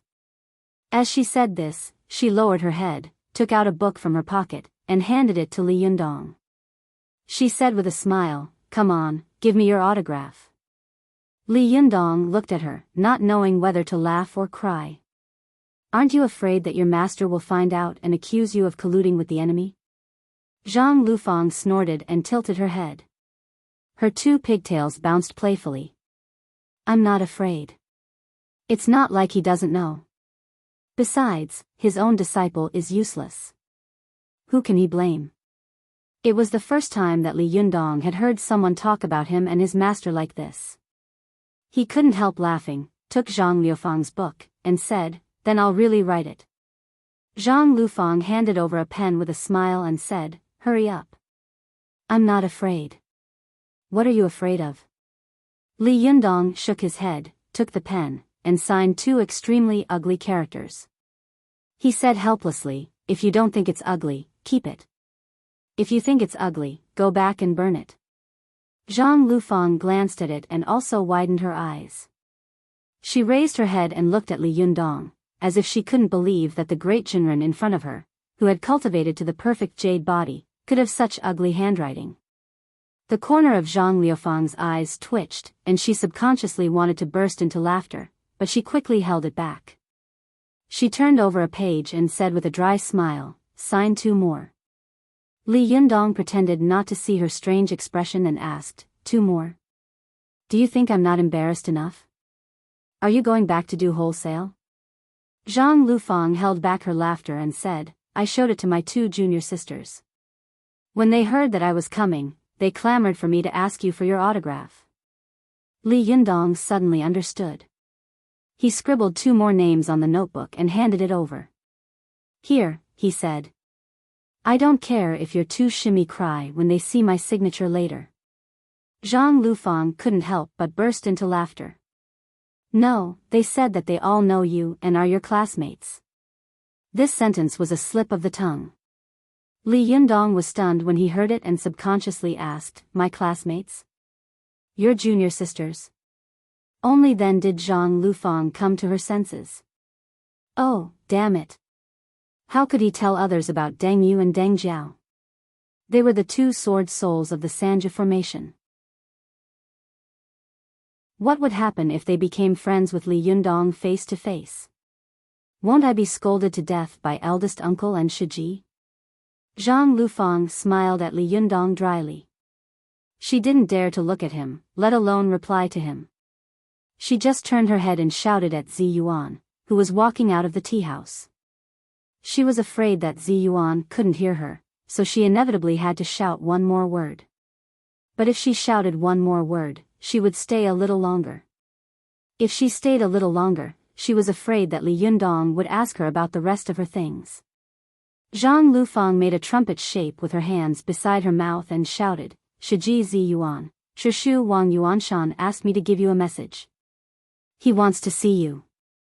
After that, she turned around and ran away like a thief. After running out of Li Yundong's sight with great difficulty, Zhang Lufang turned a corner and hid in a corner. Then she patted her chest and said with a look of relief, I'm smart enough to run fast. My mouth is tight enough. But she didn't expect that she was known as the Big Mouth in Jingyi school. If she knew anything, the whole school would know. When she shouted, it didn't sound strange to others, but to Yan Fang, who was sitting in the tea house, it was like a clap of thunder had exploded in her ears. Yan Fang had been hiding in the Fox Zen school for 9 years without showing any signs. Even with her mental fortitude, she couldn't help but tremble at this time. Her body was shaking uncontrollably, and her heart was in turmoil, as if a storm had been set off. What? Shiji, he is still alive? Chapter 793. Zhang Lufang, the loudspeaker, had no idea that she had caused a huge disaster, but she complacently took Li Yundong's ugly signature back to the mountain to report. When Zi Yuan heard Zhang Liufang's voice, she was stunned at the door of Desanxian, and her expression became extremely complicated. She couldn't help but look at Li Yundong, only to see that he was looking at her gently, as if he knew what she was hesitating about. Li Yundong said softly, Go, you should have gone a long time ago. Zi Yuan bit her lip gently. After she got the news that her master, Wang Yuanshan, was still alive, she didn't rush back immediately. First, she felt a little bitter and resentful in her heart. Why did he leave her and Hongling behind? In the past 10 years, she had been alone with Hong Ling, who was lonely. On the one hand, she had to take care of the declining sect, on the other hand, she had to raise the young Hong Ling, and at the same time, she had to cultivate by herself. She was so young, but she had to shoulder such a heavy burden. Who could understand her hardships? Secondly, she also guessed that there must be a secret behind her master's fake death. Although he was forced to show up now, if she rashly went to find him, she might ruin his plans. At that time, she had a strong urge to question her master. Since he had been in Mount Longhu, why did he watch her live such a hard life and be bullied like this?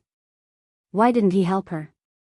Moreover, if she went to find him immediately when she heard the news about her master, what would Li Yundong think? This thought had been faintly entangled in Zi Yuan's heart for a long time. Even she didn't realize that this was the main reason why she hadn't gone to find Wang Yuanshan. But now that she heard Li Yundong's words, Zi Yuan's heart suddenly warmed and she felt relieved. At the same time, she was deeply moved. The two of them looked at each other, as if everything was silent. Zi Yuan looked at Li Yundong gratefully and nodded slightly. Well, I'll be back soon. Li Yundong also nodded slightly and smiled. Well, don't worry. Be careful. The two of them were talking like ordinary friends, but behind every word, there was a sincere feeling that neither of them was willing to admit publicly. Zi Yuan wanted to tell Li Yundong, I'm not leaving forever, to make him feel at ease. And Li Yundong also understood her thoughts very well. He wanted to tell her, but it doesn't matter. I don't mind. Only the two of them could understand what they were thinking. At this time, Wan Hongling also rushed to Zi Yuan's side, grabbed her arm with both hands, and said angrily, Shiji, don't go. Now that I thought of looking for you, where did you go before? Wan Hongling was a stubborn person. Previously, she was the one who missed her master the most, but now that she heard that her master was still alive, she was also the one who was the most angry and couldn't bear it. Zi Yuan smiled and reached out to tidy the hair around Wan Hongling's ear. She said softly, don't be silly. No matter what, he is our master. A teacher for a day, a father for life. You're being disrespectful. There were tears in Wan Hongling's eyes. She stubbornly turned her head to the side and said, then you go. I won't go. Zi Yuan shook her head helplessly and said with a smile, Master knows that you won't go, so he didn't ask you to go. When Wan Hongling heard that, she became even angrier. She stomped her feet and said, annoying, annoying. He has always looked down on me in his heart. As she said this, she covered her face and cried as she left. The people in the tea house saw that the joyful atmosphere had turned into such a depressing one in the blink of an eye. For a moment, they looked at each other and didn't dare to speak. Seeing that she was leaving, Li Yundong hurriedly shouted, Hey, Hongling, where are you going? Don't run around. Zhou Qin immediately said, I'll go after her. Li Yundong nodded and said, okay. Zi Yuan sighed softly and said, it's okay. She's just throwing a tantrum. She'll be fine in a few days. I'll go back to Mount Longhu now and come back tonight at the latest. Li Yundong thought for a moment and looked like he wanted to say something but stopped on second thought. Su Chan, who had been looking at the two of them, suddenly said, Yundong, go with Sister Zi Yuan. Her words were so sudden that both Zi Yuan and Li Yundong were stunned. Zi Yuan quickly said, no, I can go by myself. However, Su Chan shook her head and said, Jingyi school has done a lot of two-faced things. I'm afraid that after you go, you will be detained by them and won't be able to come back. Have you forgotten how Wang Yuanshan was caught? Zi Yuan was suddenly terrified. She couldn't help looking at Li Yundong, only to see that he was also looking at her. The two of them looked at each other. It wasn't that Li Yundong hadn't thought of this before, but he was afraid that Su Chan would be jealous, so he was too embarrassed to say it. But now that Su Chan had taken the initiative to bring it up, Li Yundong was both moved and emotional. He reached out his hand and rubbed the little girl's hair dotingly. He said with a smile, I didn't expect that the little girl who causes trouble all day long will also know how to think. You've grown up. Su Chan stuck out her bright red and tender tongue and said, no, isn't this what I should do? Sister Zi Yuan usually takes good care of me. Li Yundong smiled and no longer stood on ceremony with Su Chan. He nodded to Zi Yuan and said, let's go. There's no time to lose. Let's go now. After that, he turned around and nodded to Feng Na and the others, then left in a hurry with Zi Yuan. Feng Na and Ching Ching watched him come and go in a hurry. They couldn't help but sigh and say, alas, it's really hard to see the dragon's tail. He just said hello and disappeared in the blink of an eye. I don't know what he's busy with all day long. Ching Ching blinked her eyes and said, hey, what do you think they were talking about before? They made it seem like they were filming a TV series. What were they doing? What do they mean by real people? Feng Na shook her head and said, don't think about it. It's useless to think about these things. When Li Yundong wants us to know one day, he will naturally tell us. If he doesn't want us to know, it may not be a good thing for you to know. Ching Cheng's face was filled with awe. She gave him a thumbs up and said, you're good. You're a qualified mistress. You have to carry forward this kind of style of not caring about anything and only gambling on tomorrow with your youth. Feng Na was so angry that she laughed. She stretched out her hand to pinch Ching Cheng under the table. She gritted her teeth and scolded, will you die if you don't speak? Be careful that I go back and tear your mouth apart. Ching Cheng had naturally experienced the power of Feng Na's 9 white bone claws. She quickly raised her hands and said with a smile, no, I admit defeat, okay? There are people watching. Save me some face. As she said this, she glanced to the side and was suddenly stunned. She asked curiously, hey, where's Yan Hua? At this time, Feng Na also looked up and saw that the seat where Yan Hua had been sitting had disappeared. Feng Na also said curiously, strange, wasn't he there just now? Why did he disappear in a blink of an eye? But they didn't take it to heart, and in the blink of an eye, they forgot about it. After Li Yundong and Zi Yuan found an empty corner, they flew together toward Mount Longhu. After flying for a short while, they landed at the foot of Mount Longhu. Zi Yuan came to the foot of the side peak where the Lingong sect was located. But when she was about to go up the mountain, Li Yunyang stopped her and said, when you get here, you can go up alone. If there is any movement, I will be there as soon as possible. Zi Yuan's current strength was no less than that of Wang Yuanshan 10 years ago. It was absolutely impossible to catch her without making a sound. Once someone wanted to deal with her, there would definitely be a lot of movement. With Li Yundong's current realm, he could reach the top of the mountain in an instant. If he wanted to save her, he could do it in the blink of an eye. If he followed her up, he might become a laughing stock. It was better to just stay at the foot of the mountain. Zi Yuan understood what Li Yundong was thinking, so she nodded and slowly walked up the mountain. She had lived on this mountain for more than 10 years. She couldn't be more familiar with every tree and every blade of grass. She looked around at the scene that could be drawn with her eyes closed. But at this time, when she looked at it again, she suddenly felt a strange feeling, but the scenery had not changed at all. Zi Yuan couldn't help but think of the time when Hong Ling had come to find her in tears. She had gone down the mountain with her on a night when the moon was bright and the stars were sparse. From then on, her life had changed.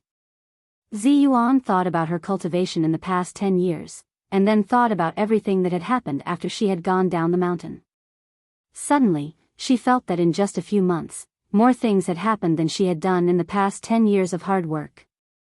Zi Yuan sighed softly, but suddenly, a very magnetic voice came from behind her. Zi Yuan, why are you sighing? Hearing this voice, Zi Yuan's body trembled. Only then did she realize that she had been thinking about something along the way. In a daze, she had already reached the top of the mountain. At this time, a green pine tree in front of her was like a big canopy umbrella, shrouding her head in lush greenery. An elegant man was standing in front of a huge rock. One of his hands was behind his back, and the other hand was gently pressed in front of the rock. He was smiling at her. "Master, master." Zi Yuan's voice trembled slightly, but she quickly knelt down, bowed deeply, and kowtowed. "Disciple Zi Yuan greets master." Wang Yuanshan had a faint smile on his face, but his eyes looked at Zi Yuan meaningfully. He slowly asked, "Get up. Don't be polite with your words, but you're cursing me in your heart. That girl Hong Ling must hate me very much, right?" Zi Yuan's body trembled and she bowed even lower. "I don't dare. Hong Ling also misses you very much." Wang Yuanshan stared at Zi Yuan for a long time before he shook his head and said, "You don't mean what you say. Hey, get up. You know I don't like people who kowtow to me, nor do I like people who follow me around. If you behave like this, then I won't recognize you as my disciple." Only then did Zi Yuan get up.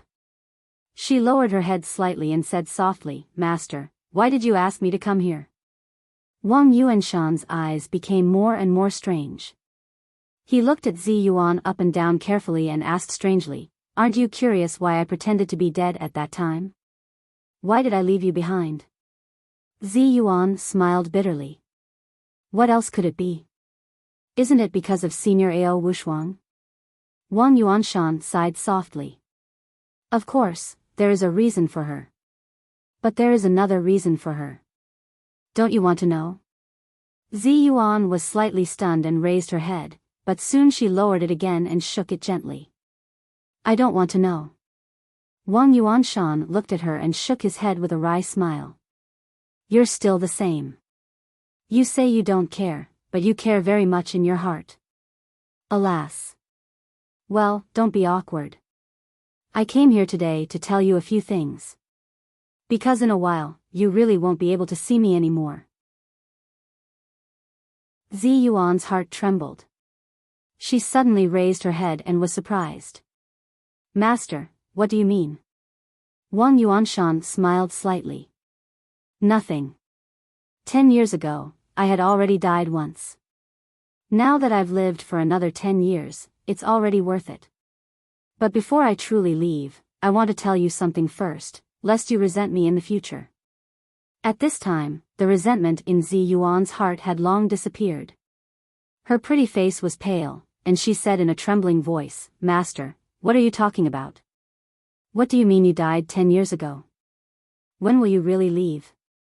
Wang Yuanshan lovingly looked at his proudest disciple. He lovingly stretched out his hand and gently stroked her hair. He softly said, "Because, in about 2 months' time, I will have to say goodbye to all of you. What happened 10 years ago happened too suddenly, and I didn't warn you about many things. As a result, you've been living a hard life for the past 10 years. I feel very sorry for it, so I want to tell you everything clearly today. You can take these words as my last words before I leave. I still owe everyone an update. I should go to Beijing soon to do something. I guess I'll have to make it up when I come back, but I'll try my best to make it up before I go." Chapter 794. Hearing Wang Yuanshan's words, Zi Yuan was terrified. She looked at Wang Yuanshan in disbelief and said, "Master, I don't understand what you're saying." What do you mean?" Wang Yuanshan smiled, sighed softly, and said, "Silly girl, you're usually so smart. Why are you so stupid at this time? Think about it, why didn't they kill me when they caught me 10 years ago?" Zi Yuan's heart tightened. This was also what she couldn't figure out the most these days. Others might not know, but as an internal cultivator of the Zhengyi school, she knew very well how the Zhengyi school dealt with traitors. No matter how talented Wang Yuanshan was and how highly regarded he was by Master Zhang, he had betrayed the sect, which was a great blow to the Zhengyi school. If he was not severely punished, how could he convince the public in the future? Therefore, after Wang Yuanshan had been captured, Zi Yuan knew that her master would definitely die. Only by completely eliminating the traitor could people be the greatest deterrent. Otherwise, there would be endless cases of apostasy in the future, and then the sect would be finished. But when Ziyuan heard the news that Wang Yuanshan was not dead, she also secretly thought, why didn't Master Zhang kill my master? Is it just because he cherishes talent? Wang Yuanshan looked at the change in Ziyuan's expression. He chuckled and said, it's strange, isn't it? But if you had known more than a decade ago that there might be a great calamity in the future, you wouldn't have found it strange. Ziyuan was even more shocked. She quickly realized something and asked tentatively, Master, are you talking about the mystical silver fox? Wang Yuanshan nodded slowly. Among the Buddhist sects, Wuhua, the disciple of Master Purin of Shiyuan Temple, is the best in the world. Among the Taoist sects, the most powerful one in spying on the secrets of heaven is Lu Guan, who knows the direction of the world by observing the stars. These two sects predicted more than a decade ago that there would be a great calamity today and that the mystical silver fox would be reborn. Therefore, as early as that time, the cultivation sects of Buddhism and Taoism began to plan to deal with this calamity. As he spoke, Wang Yuanshan walked to the front of the wind-dust stone with his hands behind his back. He looked at the clouds and mist on the opposite top of the mountain and sighed. At that time, all the major sects were trying their best to find and train people who could compete with the mystical silver fox. But after searching, all the major sects were very clear that more than 1,000 years ago, the mystical silver fox almost swept the world with her own strength. Later, only one soul and two souls escaped to Japan, and almost swept Japan again. Hey, such a peerless expert, in this Dharma-ending age, it was no different from a fool's dream to find someone who could compete with the mystical silver fox. Unless the living Buddha descends, the wisdom king is reborn, the golden immortal is reborn, or the gods descend to the mortal world. Ziyuan couldn't help but ask, but now the Akalanatha has been reincarnated. Isn't Li Jiandong specialized in dealing with the mystical silver fox? Wang Yuanshan shook his head. Who could have guessed that the immovable wisdom king would reincarnate more than 10 years ago? Wuhua's destiny connection and Lu Guandao's star-gazing can predict the birth of the tribulation, but they can't predict how the tribulation will end. They can guess the beginning, but it's impossible for them to guess the result, let alone the process. Therefore, Zhang Tianshi worked so hard to train me at that time in order to deal with the mystical silver fox. Ziyuan's expression suddenly became a little strange. She asked hesitantly, but Master, since you know, why did you? And fell in love with A.O. Wushuang. Is that what you want to ask? Wang Yuanshan asked with a smile. Ziyuan bit her lip gently and nodded slightly. Wang Yuanshan chuckled and asked instead of answering, do you remember the psalm I once left you? This psalm had been read by Ziyuan countless times. She could really recite it backwards. At this time, hearing Wang Yuanshan's words, she immediately whispered without hesitation, I remember. Once the Jin Dan appears, the mortal fate is set, and the thunder first rings, then the truth can be seen. The spirit mirror is easy to break the mortal tribulation, and the immortal sword can't break the red rope. Yunhai sits and looks at old Yunhai, and talks about the wind and dust in front of the stone. Chang'e has no regrets about stealing elixirs. Why should Hongmiang envy Zhangsheng? Wang Yuanshan said with a smile, at that time, you stood in front of this stone and asked me what this poem meant. I told you that this poem was about the twists and turns and fate of you and your destined lover together. You asked me why I would fall in love with this lover I didn't know in the future. I told you that when the time came, you would naturally fall in love. Do you understand now? Ziyuan's body suddenly trembled, and a complicated look flashed in her eyes. If this sentence had been said to her before she went down the mountain, she would not have understood it. But now, she really couldn't understand it more. When she went down the mountain, she was sure that she would not fall in love with the so-called lover mentioned in her master's psalm. Especially when she saw Li Jiandong for the first time, she was even more sure that he was a greedy and lecherous person who would not amount to anything. But what was the result? After getting along with him day and night, this man had slowly walked into the depths of her heart. She couldn't get rid of this figure even if she wanted to. Presumably, when Master met Ao Wushuang, it was probably like this, right? They got along little by little, walked into each other's lives, and deeply imprinted each other's voice and appearance on their souls. They couldn't forget each other even for a second. As long as they were separated, they could feel that they were entangled by a suffocating pain. Ziyuan sighed softly and asked in a low voice, "But Master, since you predicted that the successor of Jin Dan would be my lover, why didn't you predict that he would fall in love with other women?" These words were filled with hidden bitterness. Only at this time would the strong Ziyuan reveal her weakness and grievance slightly. Wang Yuanshan smiled, which revealed an open-minded and wise smile that had seen through the vicissitudes of the world. "Silly child, this poem is talking about your life, not his. This is my life." Ziyuan was slightly stunned and murmured these words in a low voice. Her expression was as if she had become infatuated. Looking at Ziyuan's appearance, Wang Yuanshan sighed for her in his heart. What a silly child. She is usually cold and cheerless, as if there is nothing in the world that she would care about, but in fact, deep in her heart, there is a tenacity that she can't bear to give up. Wang Yuanshan looked at Ziyuan fixedly. After a long time, he sighed and said, "My meeting with Ao Wushuang was destined. It can be said that it was deliberately arranged by someone. The purpose was for me to break into the Fox Zen school and figure out the direction and plan of the Fox Zen school. But I didn't expect that Ao Wushuang and I would fall in love." Ziyuan couldn't help but laugh helplessly. Fate made fools of people. There was nothing more dramatic than this. Wang Yuanshan also shook his head and said with a smile, "It was just a play, but I didn't expect it to become real." At that time, Zhang Tianshi knew that I had betrayed the sect because of Ao Wushuang. He was furious and swore that he would take my head. Later, Brother Kong Yun lured me into the trap, and I was captured by many masters of the Jingyi school with the power of the magic formation. Originally, Zhang Tianshi wanted to kill me to frighten the many disciples of the sect. But Brother Kong Yun begged me, saying that if I died, I was afraid that no one would be able to deal with the disaster 10 years later. So, after Zhang Tianshi and many Shibwa at that time discussed it, they decided to spare my life for the time being, but they said that Ao Wushuang must not be spared. Ziyuan's heart trembled. She knew that if Zhang Tianshi and the others insisted on this opinion, Ao Wushuang would have been dead by now.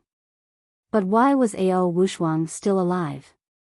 Seeing her puzzled expression, Wang Yuanshan smiled and continued, "Yes, you must be wondering why Ao Wushuang is still alive. The reason is very simple. It's because I took the initiative to make a deal with them." "What deal?" Ziyuan reacted very quickly. She faintly smelled an ominous aura, which had something to do with Wang Yuanshan saying that she would die soon. Wang Yuanshan said lightly, "Zhang Tianshi and the others promised to let Ao Wushuang go, and I promised to be trapped in the absolute love extinguishing formation willingly." Ah. Ziyuan suddenly took a deep breath. The absolute love extinguishing formation? This is too cruel, isn't it? Ziyuan naturally knew the power of the absolute love extinguishing array. It was originally a magic array invented by Buddhist cultivators, but later it was learned by Taoist cultivators and used to deter those cultivators who attempted to marry the alien race. However, although this formation was powerful, as long as human cultivators did not go out of the formation, there would be no danger. Even if a demon wanted to enter the formation, it would only slowly wear down the demon's demon chi and spiritual power, and it would not be able to instantly kill the demon.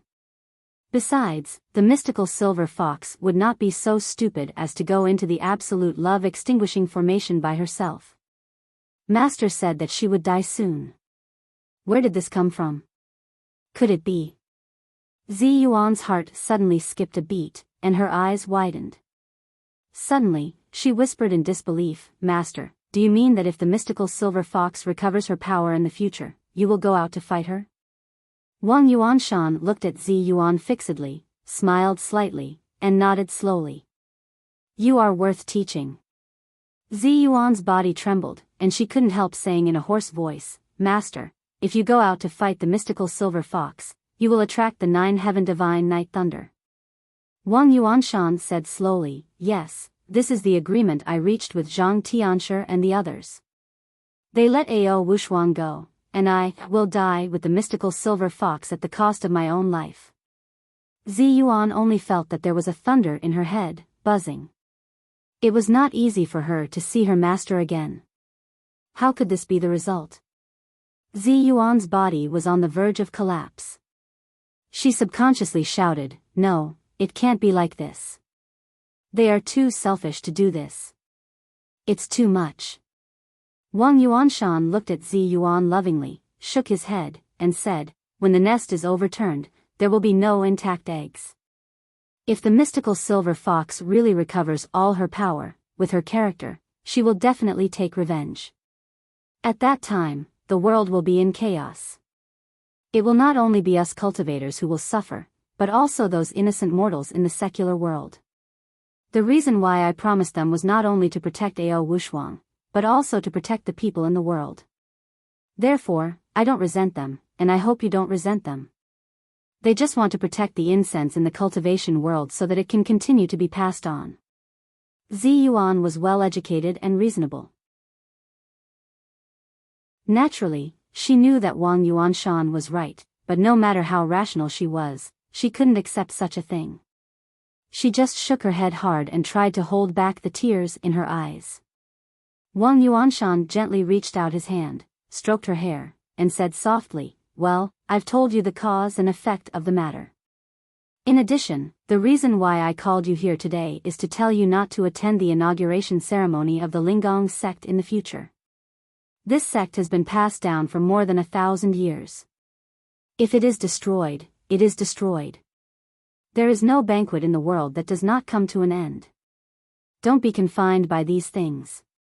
Don't be like me. I can't let you follow my old path." After saying that, Wang Yuanshan continued, "Also, the treasured scriptures that I left behind, you can do whatever you want with them.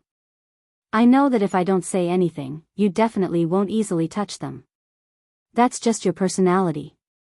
Moreover, I left behind the Qingquan Rui mirror. Now I'll tell you where I hid it. Come closer and I'll tell you." At this time, Zi Yuan's eyes were misty with tears. She was not in the mood to listen to these things, but her obedience to her master, which she had cultivated over the years, still made her subconsciously move closer. Wang Yuanshan whispered a few words in Zi Yuan's ear, and then asked, "Do you remember?" Zi Yuan wiped away her tears and nodded. Wang Yuanshan smiled at her and said, "That's good. Go down the mountain. Don't let him wait for too long." Zi Yuan just shook her head and wiped away her tears. She was concerned about her master's life and death, so how could she be willing to leave? However, Wang Yuanshan gave her a push and pushed her far away. He stood next to the Fengshan stone, looked up at Zi Yuan in the distance, and said loudly, "Zi Yuan, go down the mountain. Just pretend that I died 10 years ago, so you will feel better." After that, he raised his head and laughed. With a wave of his long sleeves, his body shook and disappeared. Zi Yuan went down the mountain along the mountain road like a walking corpse. Along the way, she didn't even know how she got down the mountain until she vaguely saw a very familiar figure standing not far away, looking at her with gentle eyes. Only then did she realize that she had arrived at the foot of the mountain, and he was looking at her in front of her. At this moment, Zi Yuan looked at Li Yundong and could no longer control her heart. She threw herself into his arms and burst into tears. Chapter 795. Li Yundong had never seen Zi Yuan cry in front of him, let alone cry out loud like this. For a moment, he panicked and raised his hands in the air. He didn't know whether to hug this beautiful fairy or press his hands on her shoulders.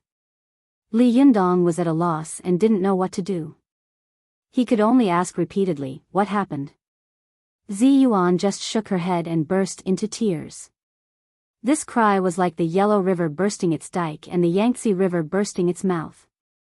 All the emotions that had been accumulated in Zi Yuan's heart for many years were released in an instant. Seeing that she was unwilling to say anything, Li Yundong could only reach out and gently put his arm around her shoulder. His other hand gently patted her back, silently accompanying her and not asking any more questions. Zi Yuan cried for a long time before she slowly stopped crying. She put her hands on Li Yundong's chest and propped herself up. She wiped her tears and said in a choked voice, "Master, he told me what to do after his death." Li Yundong was shocked. What? Wang Yuanshan? The best in the world? He told you what to do after his death? What's going on? After Zi Yuan finished venting, she calmed down and gradually controlled her emotions. With red eyes, she told Li Yundong in a low voice what she had said to Wang Yuanshan on the mountain. Li Yundong only listened with his eyes wide open, and his whole person was stunned on the spot. Li Yundong took a deep breath and said, "Buddhism and Taoism began to deal with all this more than 10 years ago? It can't be, can it? This is too exaggerated, isn't it?" When Li Yundong had learned that Yan Fong had sneaked into the Fox Zen school for 9 years just to take revenge, he had been shocked by Yan Fong's patience and perseverance. However, he had soon discovered that Lu Yi had faked his death, and he seemed to have discovered Yan Fong's true identity. Then, the mantis stalks the cicada, unaware of the oriole behind. But now, Li Yundong had discovered that the cultivators of the older generation of Buddhism and Taoism were the real oriole, the hunter holding the bow and arrow behind its back. Wasn't it too scary to plan for more than 10 years? For a moment, Li Yundong couldn't help but be shocked by such a layout. He was tongue-tied and said, "In that case, why didn't they destroy the Fox Zen school earlier? You're only sending those young cultivators?" Zi Yuan shook her head and said, "They're just afraid of alerting the enemy. They besieged Mount Tian long before. Now it seems that it was just a test, but they didn't expect that they would test you out." Li Yundong suddenly thought of something and said in disbelief, "None of the people who participated in the siege of the Fox Zen school knew the real purpose of all this?" Zi Yuan sighed softly and said, "They didn't know that they were just pawns. Even I didn't know at that time. I'm afraid there are no more than 10 people in the cultivation world who know about this." Li Yundong was stunned for a long time before he shook his head and said, "After more than 10 years of planning. Today, the real killer move was revealed. It's really scary. Isn't Wang Yuanshan afraid that I'll tell others?" Zi Yuan raised her head and fixed her eyes on Li Yundong. She said softly and firmly, "You won't." Li Yundong really wanted to ask Zi Yuan why she was so sure that he wouldn't, but he saw that there seemed to be an extra emotion in her eyes that she didn't usually have. His heart skipped a beat for no reason and he didn't dare to ask again. He coughed dryly and changed the topic, saying, "What is the mirror of heaven and earth that your master mentioned? Why haven't I heard you mention it before? Is it very important? Let's hurry up and get it first." Zi Yuan's heart was in a mess. She wanted to save her master, but she knew that Wang Yuanshan was ready to die. Moreover, the current situation was a dead end. No one could solve it. Even if she had the ability to reach the heavens, she was afraid that she would be helpless. And most importantly, at present, it seemed that Wang Yuanshan had used herself as the bait to lure the absolute emotion-extinguishing formation. After she came out of the formation, she would use her spiritual power to entangle the mystical silver fox, and then lure the 9 divine night thunder to kill the mystical silver fox. This was indeed the safest way. If she acted rashly, she might even ruin her master's plan. It would be a small matter if she was punished or even died, but if she implicated all the people in the world, it would not be enough to atone for her sins even if she died 100 times. Therefore, Zi Yuan did not encourage Li Yundong to find a way to save Wang Yuanshan. She could only watch helplessly as her most respected master approached death day by day, walking step by step towards the abyss, and she could do nothing about it. Zi Yuan's heart was unprecedentedly heavy, and she had never been so weak before. The beautiful fairy whispered, "Li Yundong, will you accompany me for a while? Let's walk all the way." I want to talk to you more. Li Yundong also understood Zi Yuan's feelings very well. He sighed in his heart, but said with a smile on his face, "Okay, let's walk slowly all the way, if it's not far." Zi Yuan said in a low voice, "It's not very far. It's near Mount Longhu." Li Yundong nodded. The two of them walked slowly along the rugged mountain road of Mount Longhu, shoulder to shoulder. Just as Zi Yuan stumbled down the mountain, Wang Yuanshan had already disappeared in front of the Fengchen stone, but after Zi Yuan's figure disappeared on the mountain road, he reappeared in the same place. His eyes were fixed in the direction of Zi Yuan's leaving figure, and his expression was complicated. After a long time, he let out a long sigh. After that, he said slowly, "Come out. Do you think I don't know you're hiding?" After that, Wang Yuanshan looked sharply in one direction. After a while, he saw a figure slowly coming out of the woods. Wang Yuanshan saw a man standing in front of him. He had delicate skin and a handsome appearance, but his eyebrows were quite feminine. What surprised him most was that the man was staring at him, his eyes full of shock and excitement. Wang Yuanshan was stunned. He didn't understand why the strange man in front of him was so excited to see him. He thought to himself, "Does this guy know me?" Wang Yuanshan looked at the man in front of him with unkind eyes, snorted coldly, and said, "Did you have a good time eavesdropping just now, fellow Taoist?" He had always been kind and didn't easily fight with others. He also didn't like people fighting in front of him. Although he knew that someone was eavesdropping in the distance, he didn't expose him. He only waited for Zi Yuan to leave before he exposed the man, lest Zi Yuan found out and fought with him. But when he said this, the man didn't respond at all. He just looked at him in shock. Wang Yuanshan knew that what he had said to Zi Yuan was extremely confidential, but if it had been 10 years ago, if the man in front of him had heard it, he would have definitely killed him. But now the arrow was already on the string, and it was about to be touched. Even if someone knew, it wouldn't affect the overall situation, so he didn't need to kill the man in front of him.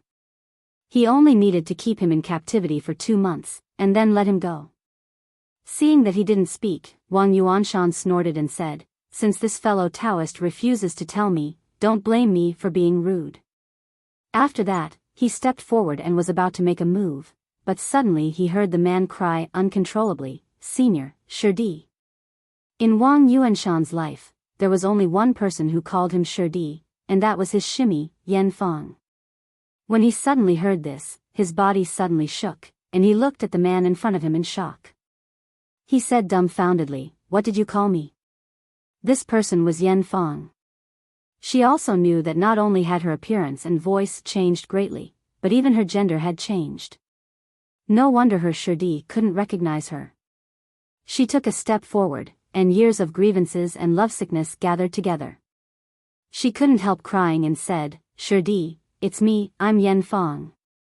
Even though Wang Yuanshan had a calm temperament, at this moment, he couldn't help shaking and almost fainting. His shimmy used to be a famous beauty in the cultivation world. Her beauty was no less than that of Zi Yuan and Ao Wushuang.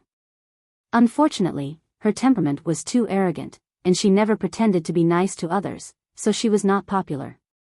But 10 years later, such a beauty had turned into a man. This was really something that no one in the world could imagine. Wang Yuanshan was dumbfounded and stammered, You are Yan Feng? How is this possible?" As he said this, his face changed and he said sternly, "Who the hell are you? How dare you pretend to be my shimmy like this? Do you think I won't kill people just because I have a good temper?" Yan Feng smiled bitterly and said, "Senior brother, I know you definitely won't believe that I'm Yan Feng looking like this, but is there another person in the world who knows about the little things that we get along with each other?" As she said this, she slowly told him about her and Wang Yuanshan's cultivation in the same sect. Even if it was a trivial thing, she was very familiar with it. In the past, she was proud and arrogant, and she didn't take anyone in the world seriously. Even if it was a person like Zhang Tianshizi of the Zhengyi school, she would only look at him a little more, but it was impossible for her to praise him more. She was such a proud person, but she only loved Wang Yuanshan and believed that he was her lover. She just liked him silently in her heart and didn't show it on her face or mouth. Wang Yuanshan only regarded her as his sister, and there was no romantic relationship between them. But at this time, when he heard Yan Fang talk about the trivial things in the past, his heart suddenly trembled. He knew that the person in front of him must be Yan Fang, and only she knew so much about him. He also instantly understood his Shimmy's affection for him. In the world, only those who loved someone deeply could remember every little detail of this person so clearly, just like how he could remember every little detail of his relationship with Ao Wushuang as if it were his own family treasures. Although Wang Yuanshan didn't love Yan Fang, it would be a lie to say that he had no feelings for his Shimmy. It was just that this kind of feeling did not involve love between a man and a woman. It was just the love between a brother and a sister. He saw that Yan Fang, who had been peerless in the past, had now become a cultivator who looked neither male nor female. He seemed to empathize with her pain. This sentimental man in the world felt as if his heart was being twisted by a knife, and his eyes turned red. He said in a trembling voice, "Shimmy, how did you become like this?" When he called her Shimmy, Yan Fang couldn't help but burst into tears. She covered her face and began to cry bitterly. Today, there was lightning and thunder in Dongwu City. Fellow Taoists, does anyone want to go through the thunder tribulation? What? Don't you know which city Dongwu City is? Well, go to Baidu and search for Shantang to see which city this place is.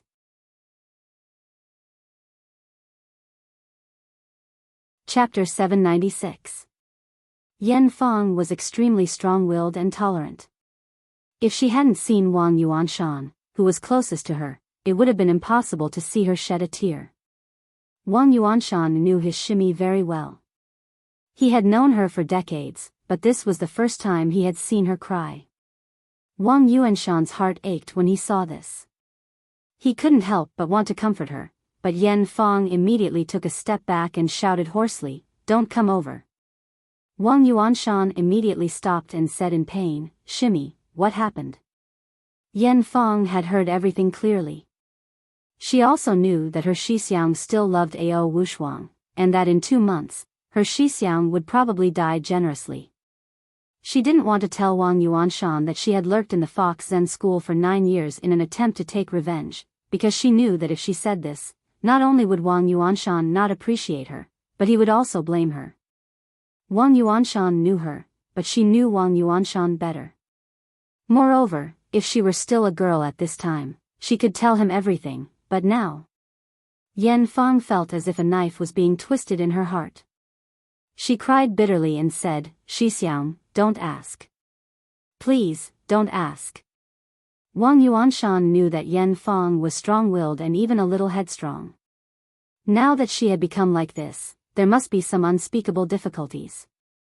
He had never seen Yan Fang's nephew, and he didn't know that Yan Fang had occupied his nephew's body. But seeing Yan Fang like this, he felt even more pity for his Shimmy. He just sighed heavily and said, okay, I won't ask, but Shimmy, why did you come to me today?" Yan Fang suddenly raised her head and shouted with tears in her eyes, "Do I have to come to you for something else?" Wang Yuanshan was speechless. He didn't know how to face his infatuated junior sister. He lowered his head and sighed deeply. "Junior sister. I know how you feel about me. However, I believe that you have heard it just now. A calamity is about to come. When the nest is overturned, no eggs will remain intact. You should hide as far as you can. Don't drag him into this." Yan Fang wiped away her tears and gave a sad smile. She looked at Wang Yuanshan with a complicated look in her eyes and said slowly, "Senior brother. I have become neither a man nor a woman. Although my cultivation has progressed by leaps and bounds, my heart is filled with remorse and hatred. I really want to be a woman again. But I know senior brother has a magic treasure that can help me realize this wish." Wang Yuanshan blurted out, "Will of Universe Mirror?" Yan Fang nodded slowly. "That's right. Senior brother, are you willing to give this magic treasure to me?" Wang Yuanshan suddenly looked embarrassed. But I've already promised to give it to Ziyuan. Yan Fang knew that Wang Yuanshan had another secret magic treasure in addition to the Bahuang and Liuha sword, the sky-reaching glazed mirror, and the purple gold Luo jade plate. Wang Yuanshan had only occasionally mentioned this magic treasure to them, but they had never seen him use it. This magic treasure was extremely important, so important that Wang Yuanshan thought that all the magic treasures of the Linggong sect together were not as important as the heaven and earth Rui mirror. Therefore, he had deliberately hidden this magic treasure and only told his disciple Nshimi the location of the treasure. No one else even knew about the existence of the heaven and earth Rui mirror. When Wang Yuanshan had betrayed the sect, he had been quickly wiped out by the Zhini school. All of this had happened so suddenly that Wang Yuanshan hadn't had time to tell Ziyuan and Yan Fang that he had moved the heaven and earth Rui mirror before he had been arrested. Not only Ziyuan, but Yan Fang had also searched for this magic treasure many times, but to no avail. Now, all of Yan Fang's hopes were pinned on this magic treasure. She knew that if the heaven and earth Rui mirror fell into Ziyuan's hands, it would definitely be her nightmare. She would never be able to surpass Li Yunyang in her life. Yan Fang couldn't help but say loudly, "I am your Shimi and her Shishu. You would rather give it to her than to me?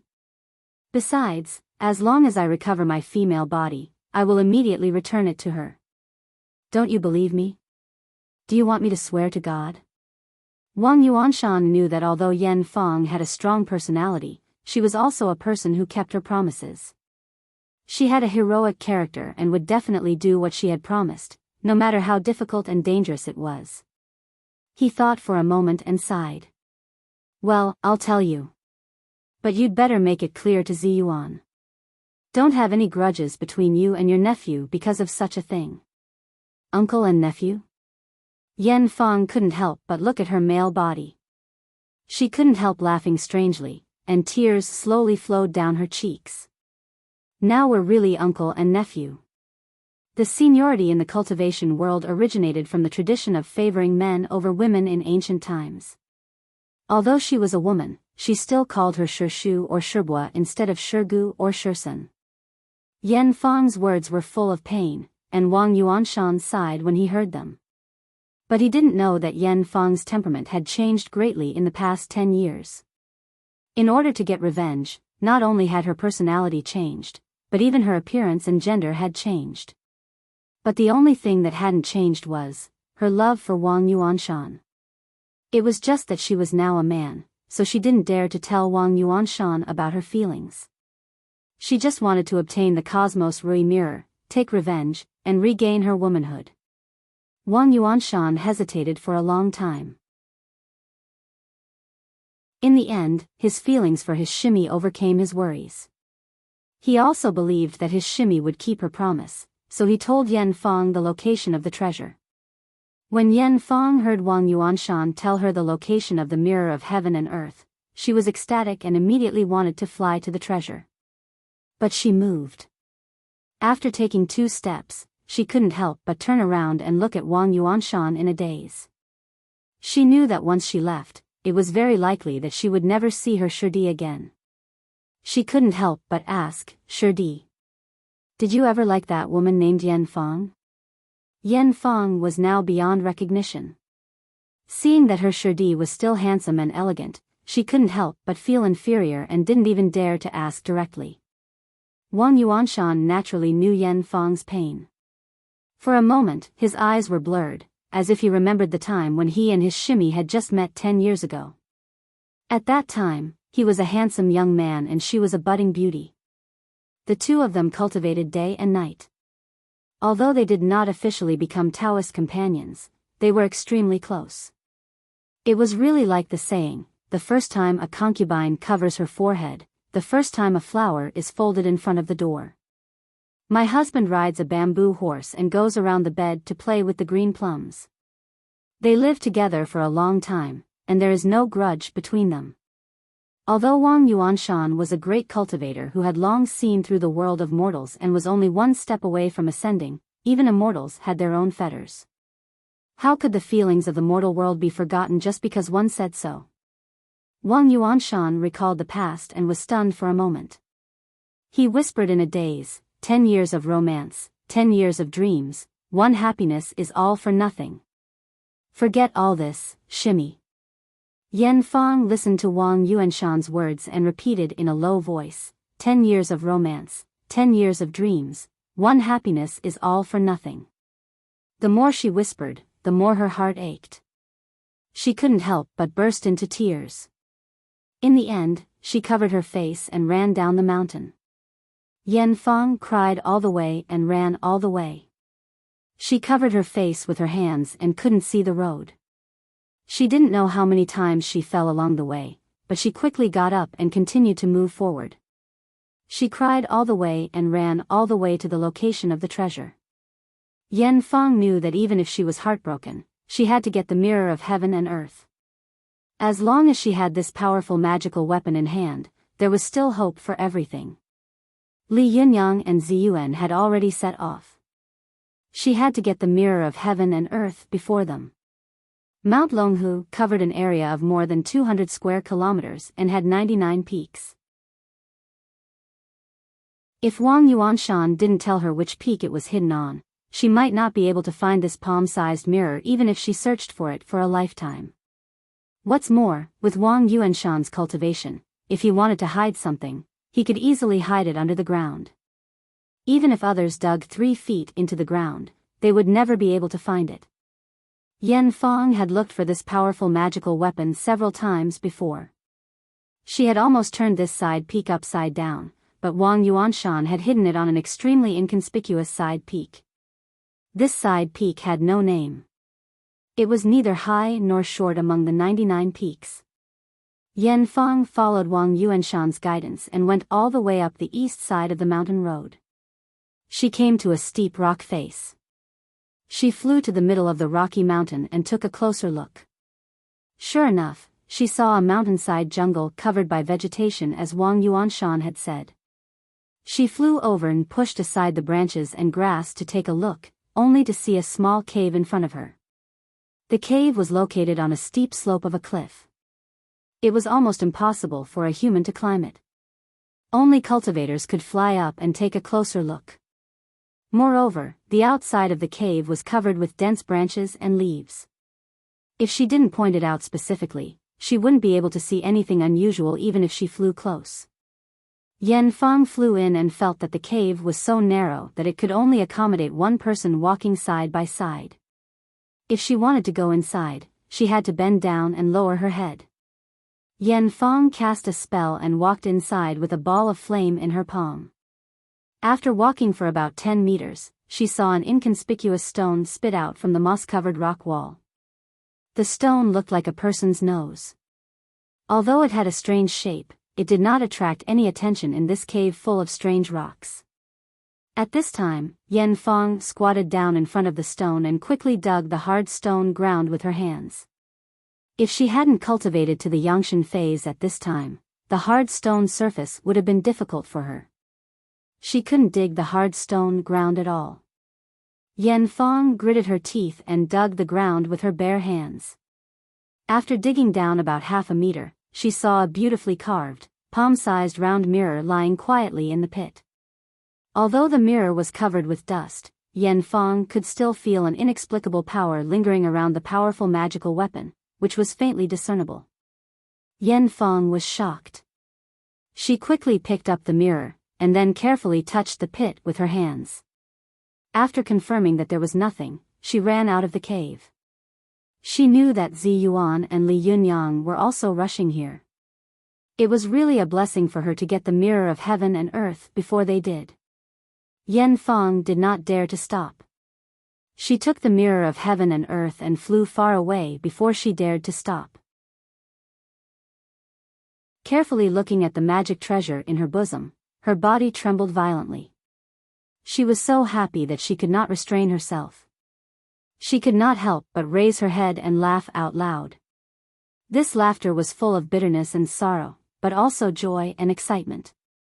She knew that her misfortune had finally turned for the better, and her luck had finally turned for the better. With the mirror of heaven and earth, the #1 powerful magical weapon in the cultivation world, it would not be a dream for her to break through the Jinshan, cross the Thunder Retribution, and even reach the Golden Immortal level in the future. Yan Feng reached out to press the surface of the mirror and poured her Jinqi into it with trembling hands, trying to make the powerful magical weapon recognize her as its master. However, Yan Feng was shocked to find that no matter how much Jinqi she injected, the mirror of heaven and earth did not move or react at all, as if it was just the most ordinary mirror. This is impossible. Yan Feng couldn't help widening her eyes. She shouted hoarsely, "How could it not recognize me as its master?" Yan Feng couldn't help but try again, but she could feel that there was a great power hidden in the mirror. However, this power was separated by an inexplicable thing. She could feel it, but she couldn't touch it. It seemed that there was an insurmountable moat between the powerful magical weapon and her.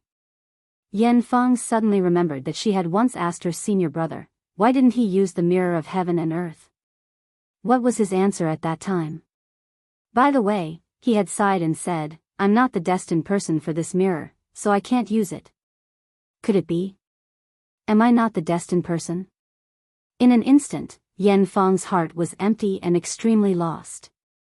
She had finally gotten the mirror of heaven and earth after so much effort. She had thought that she could save everything. Unexpectedly, as Wang Yuanshan had said before they parted, it was really 10 years of romantic dreams, 10 years of happiness for nothing.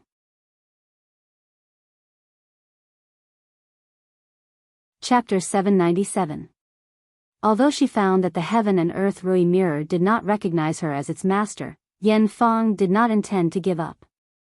She carefully looked at the mirror in her hand and saw that it was oval in shape, surrounded by exquisite copper patterns. Although it had been buried for a long time and lacked maintenance, the copper mirror was protected by a mysterious force and had not been oxidized. On the contrary, the mirror exuded an aura of vicissitudes. These patterns were either the outlines of auspicious clouds or lotus thrones, but the most eye-catching one was the image of a graceful female heaven immortal behind the mirror. Her face was a little blurry, but one could vaguely tell that she was a very beautiful woman. Yan Feng pressed her hand on the front of the mirror. As soon as she channeled her true essence, ripples would appear on the surface of the mirror. However, no matter how much Yan Feng channeled, the ripples would only gently form layer after layer of ripples. It was like a stone falling into a deep pool. Besides creating circles of ripples, there was no other reaction. Damn it! Why is it like this? This time, Yan Feng injected her Jinqi for nearly half an hour, but she never noticed anything unusual. Ordinary powerful magical weapons were like horses. Some were hot-tempered, while others were docile. But if one wanted to control these powerful magical weapons, one had to first get on the horse and compete with it. Those with great strength and skills could naturally subdue powerful magical weapons. However, there was no reaction from the continuous input of Jinqi. It was as if she was riding on a stone horse, and the powerful magical weapon did not pay attention to her at all. Such a situation was unique and extremely abnormal. Yan Feng was surprised and anxious. She wished she could break the heaven and earth Rui mirror in her hand and smash it to see what was going on inside. It was not easy to get the heaven and earth Rui mirror, but she could not use it. It was like holding the most valuable treasure in the world in her hand, but she could not exchange it for a penny. She could only look at it but could not get any benefits from it. It was purely a decoration and a collection.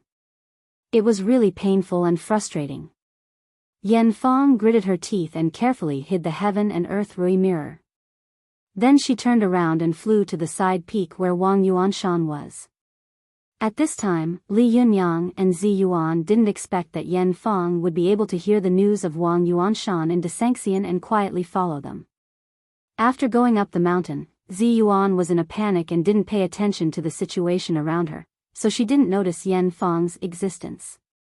The two of them slowly walked side by side on the mountain road. Li Yundong coaxed Zi Yuan along the way, picking some irrelevant happy things to tell her, trying to make her happier. Li Yundong was extremely eloquent. After coaxing for a while, he finally coaxed Zi Yuan to stop crying. Although she did not break into a smile, the gloomy expression on her face faded a lot. Zi Yuan lowered her head all the way and did not speak.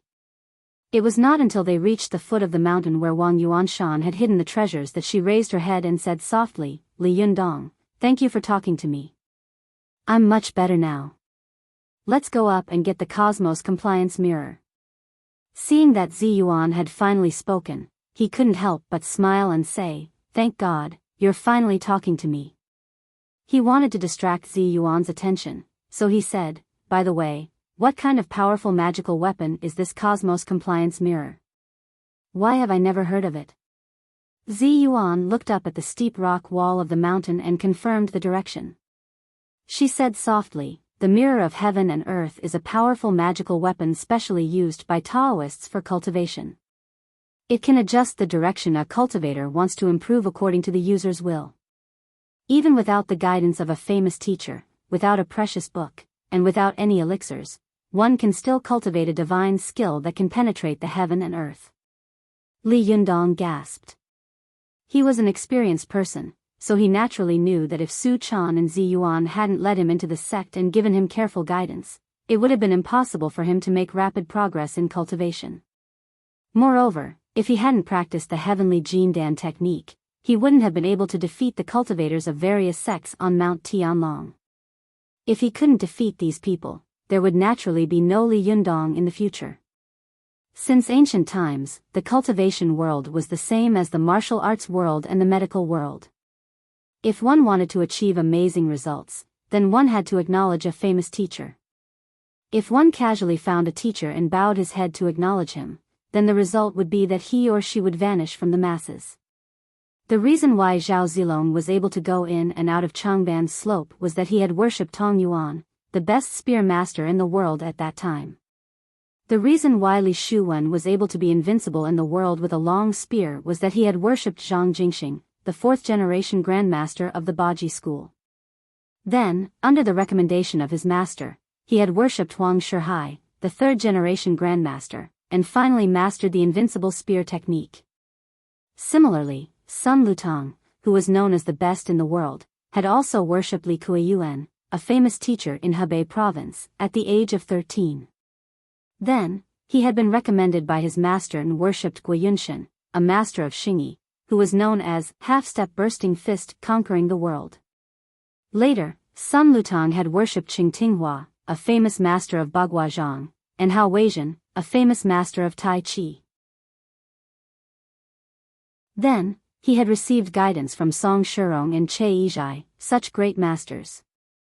That was how he became the famous, best in the world, in the future. It could be seen that without the guidance of a famous teacher, it was as difficult as ascending to heaven to achieve amazing achievements. Even if Emperor Huang Xianyuan wanted to learn cultivation, he had to ask Qi Bo, "If you want to cultivate, what should you do first?" Qi Bo said that if you want to cultivate, you must first worship a famous teacher. Without the guidance of a famous teacher, you can't become an immortal even if you cultivate for a lifetime. Therefore, Emperor Huang Xianyuan took a bath and fasted, and respectfully worshipped Qi Bo as his teacher. That was how the famous Inner Canon of the Yellow Emperor appeared in the Chinese cultivation world and medical world. Li Yunyang knew that his cultivation path seemed to be smooth sailing, but in fact, he had a lot of opportunities along the way. Every time he encountered a bottleneck or a difficult time, he had a famous teacher to guide him and help him. He didn't dare to imagine that without Zi Yuan's guidance, the heavenly Jindan technique, Zhang Zhishuan's guidance, and Ren Yuan Jindan and Di Yuan Jindan, it would have been impossible for him to reach the top phase of Jinshan in just 1 year. Since ancient times, there had been a saying, "The poor study and the rich learn martial arts," which meant that the poor study literature. Only the rich were qualified to practice martial arts, not only because practicing martial arts required a lot of nutrition and the poor could not afford so much food, but also because practicing martial arts required a lot of money to worship a famous teacher. Without the guidance of a famous teacher, no matter how smart a genius was, it was impossible for him to understand the mystery and difficulty of cultivation by himself. The poor studied literature for 10 years. Even if they didn't worship a famous teacher, they still had a chance to be on the high list and reach the sky in 1 day. However, it was absolutely impossible for them to practice martial arts. Even a rare genius like Zhang Sanfeng had once studied under Taoist fiery dragon and ancestor Qin Tuan. That was how he was able to establish the Wu-Tang sect in the future. But Zi Yuan said, "This mirror of heaven and earth can allow any cultivator to cultivate a divine skill that can penetrate the heavens and the earth without the need to worship a famous teacher, read the classics, or take pills. What kind of concept is this?" Li Yunyang was stunned by Zi Yuan's understatement for a while. After a while, he said in surprise, "There is such a magical weapon in the world? I have to take a good look at it." The two of them flew up the mountain together. According to Wang Yuanshan's instructions, Zi Yuan flew halfway up the mountain and searched carefully. However, when she took a look, she found that the branches and grass covering the entrance of the cave had obviously been moved by someone else. She was shocked and blurted out, "Someone has been here." Li Yunyang's expression also froze. He moved and got into the cave. After taking a closer look, there were indeed footprints on the ground. His heart sank and he said, "Yes, and it seems that they have just arrived." Zi Yuan was very anxious and hurriedly said, "Hurry up, go inside and have a look. If this person can find this place, I'm afraid that the mirror of heaven and earth has already been taken away." The two of them hurried inside. When they arrived at the place where the treasure was hidden, they saw a big pit on the ground, which was empty. There was a buzzing sound in Zi Yuan's mind. Her body swayed and she almost fell to the ground. Li Yunyang, who was beside her, was quick to react and immediately supported her with both hands. Zi Yuan was in a panic and subconsciously whispered, "What should we do? The mirror of heaven and earth has been stolen." Who stole it? Li Yundong's heart also tightened, but he knew that he couldn't panic. If he did, Zi Yuan would completely panic. This fairy, who was usually calm and composed, was in a mess at this time. Li Yundong advised, "This person probably left not long ago. Let's search around quickly and see if we can find him." Hearing this, Zi Yuan's spirit was lifted. She immediately gritted her teeth and rushed out, searching around like crazy. Li Yundong also followed her out of the cave. Seeing that she was running around like a headless fly in a panic, he couldn't help but hold her down with both hands and say in a deep voice, "Zi Yuan, calm down. You look in the east, and I'll look in the west. This way, the chances will be higher." Only then did Zi Yuan calm down. She took a deep breath and nodded. "Okay." The two of them searched separately, but Mount Longhu was so big. How could they find anyone? Even if they saw anyone, they were either Taoist priests of Mount Longhu or wanderers. How could there be anyone with a strange expression? After searching for a long time, they had no choice but to get together again. Li Yundong saw that Zi Yuan was burning with anxiety and worry, so he couldn't help but persuade her, "Zi Yuan, don't worry. Since this person knows the location of the treasure and stole the powerful magical weapon before us, it's very likely that he overheard the conversation between you and Wang Yuanshan. Think about it. Did you notice anyone on the mountain before?" Zi Yuan shook her head and said, "I was so confused at that time that I didn't notice these things." Li Yundong thought calmly for a moment and said, "You didn't notice, but I believe that Wang Yuanshan must have noticed. Let's go and ask him quickly. Maybe he will know." Zi Yuan sighed softly and said, "I'm so confused that I don't have the heart to think about it. Just tell me what to do. I'll follow you." Li Yundong smiled slightly and said, "Well, let's go now." After that, he took Zi Yuan to the side peak where Wang Yuanshan was. Early this morning, I received very bad news. My father-in-law had a minor stroke, and my mother-in-law's blood test indicators were rising day by day, reaching the standard for cancer. My wife asked for leave to go back to Shanghai, and I had to go to Beijing, so I couldn't go back to Shanghai. I had to rush back to Suzhou from Beijing on Tuesday. After dealing with the update, I could go to Shanghai on Wednesday. Things are all coming together, so I'll try my best to keep updating. Alas, I hope everyone can understand.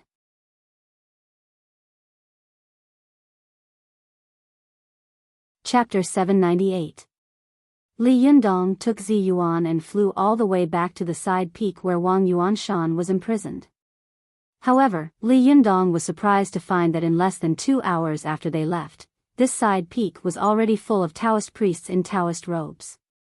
Especially when Li Yundong and Zi Yuan walked to the foot of the mountain, a Taoist priest immediately came up to them and asked with a vigilant face, "This is not the tourist area. You can't enter at will." Mount Longhu was very large, with 99 peaks. There were often groups of backpackers climbing around this mountain. The Taoist priest saw that Li Yundong and Zi Yuan were both dressed in ordinary clothes, so he thought they were tourists who liked to wander around. At a glance, Li Yundong saw that the Taoist priest's temples were bulging, and his eyes were shining like light bulbs. In particular, his muscles were like dragons, and even the loose Taoist robe could not hide them. He looked extremely powerful. The Taoist priest held a horsetail whisk in one hand and hid the other in his sleeve. He showed an extremely aggressive and hostile aura. Li Yundong hadn't expected that less than 2 hours after he left the mountain would be under martial law. He was stunned for a moment. Yu Ziyuan looked at each other and asked, "I just left here. Why can't I enter the mountain now?" The Taoist priest had never seen Li Yundong and Zi Yuan before. He looked at them carefully and saw that although Li Yundong was no different from ordinary people, he had a different temperament, especially Li Yundong's skin, which was as delicate as porcelain, and his eyes were bottomless. His aura made people not dare to underestimate him. In particular, Zi Yuan, who was beside him, had an ethereal aura and a beautiful appearance. She was dazzling. It seemed that she was not an ordinary person. The Taoist priest did not dare to be careless. He frowned slightly and said, "Humph, 1 has left, and 2 have come. The order to close the mountain has just been issued. If you have anything to do, I can only apologize. Please go back. From today on, this mountain will not be open to the public."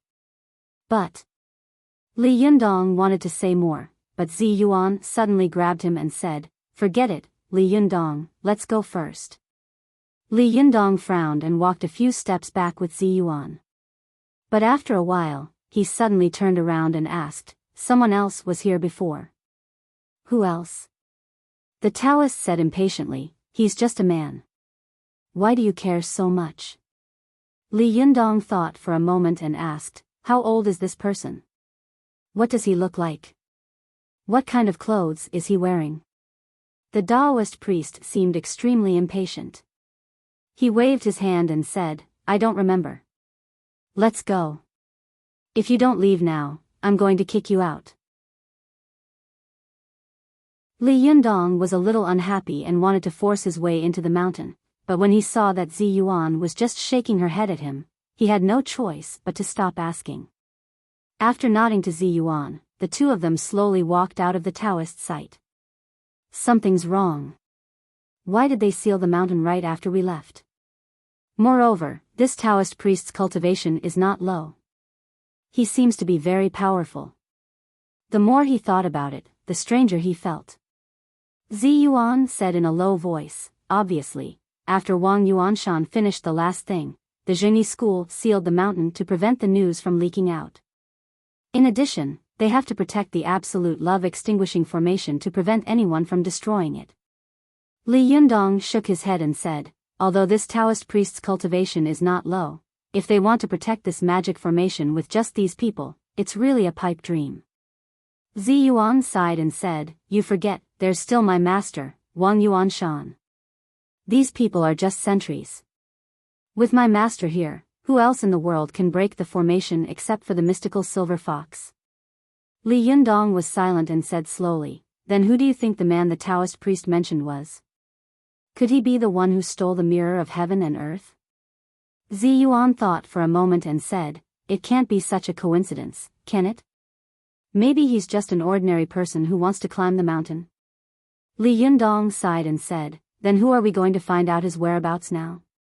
Why didn't you let me rush up and ask Wang Yuanshan just now? Maybe we'll know the answer as long as we ask. Ziyuan shook her head and said, I had already guessed who it was, but the Taoist priest said it was a man just now, so I'm not sure. Li Yundong reacted very quickly and blurted out, You mean Yan Feng? Ziyuan nodded slowly and said, That's right. This person was able to take away the mirror of heaven and earth before us, which means that he just got the news and must have heard the conversation between me and my master. At that time, my master had been talking to me in a normal tone. Only when he told me the location of the treasure did he ask me to lean over. Obviously, he had already noticed that someone was eavesdropping. It's a pity that I was so flustered at that time that I didn't notice this detail. Li Yundong's heart skipped a beat. He continued Ziyuan's words and said, After you left, Wang Yuanshan must have pointed out this person, but he obviously didn't make things difficult for him and even told him the location of the treasure. Ziyuan sighed softly and said, I guess so. There is only one person in the world who can make my master change his decision. This person is his shimmy, Yan Feng. Li Yundong suddenly couldn't help but have the urge to laugh out loud. He didn't laugh for anything else, but for Yan Feng's perseverance, her stubbornness and stupidity.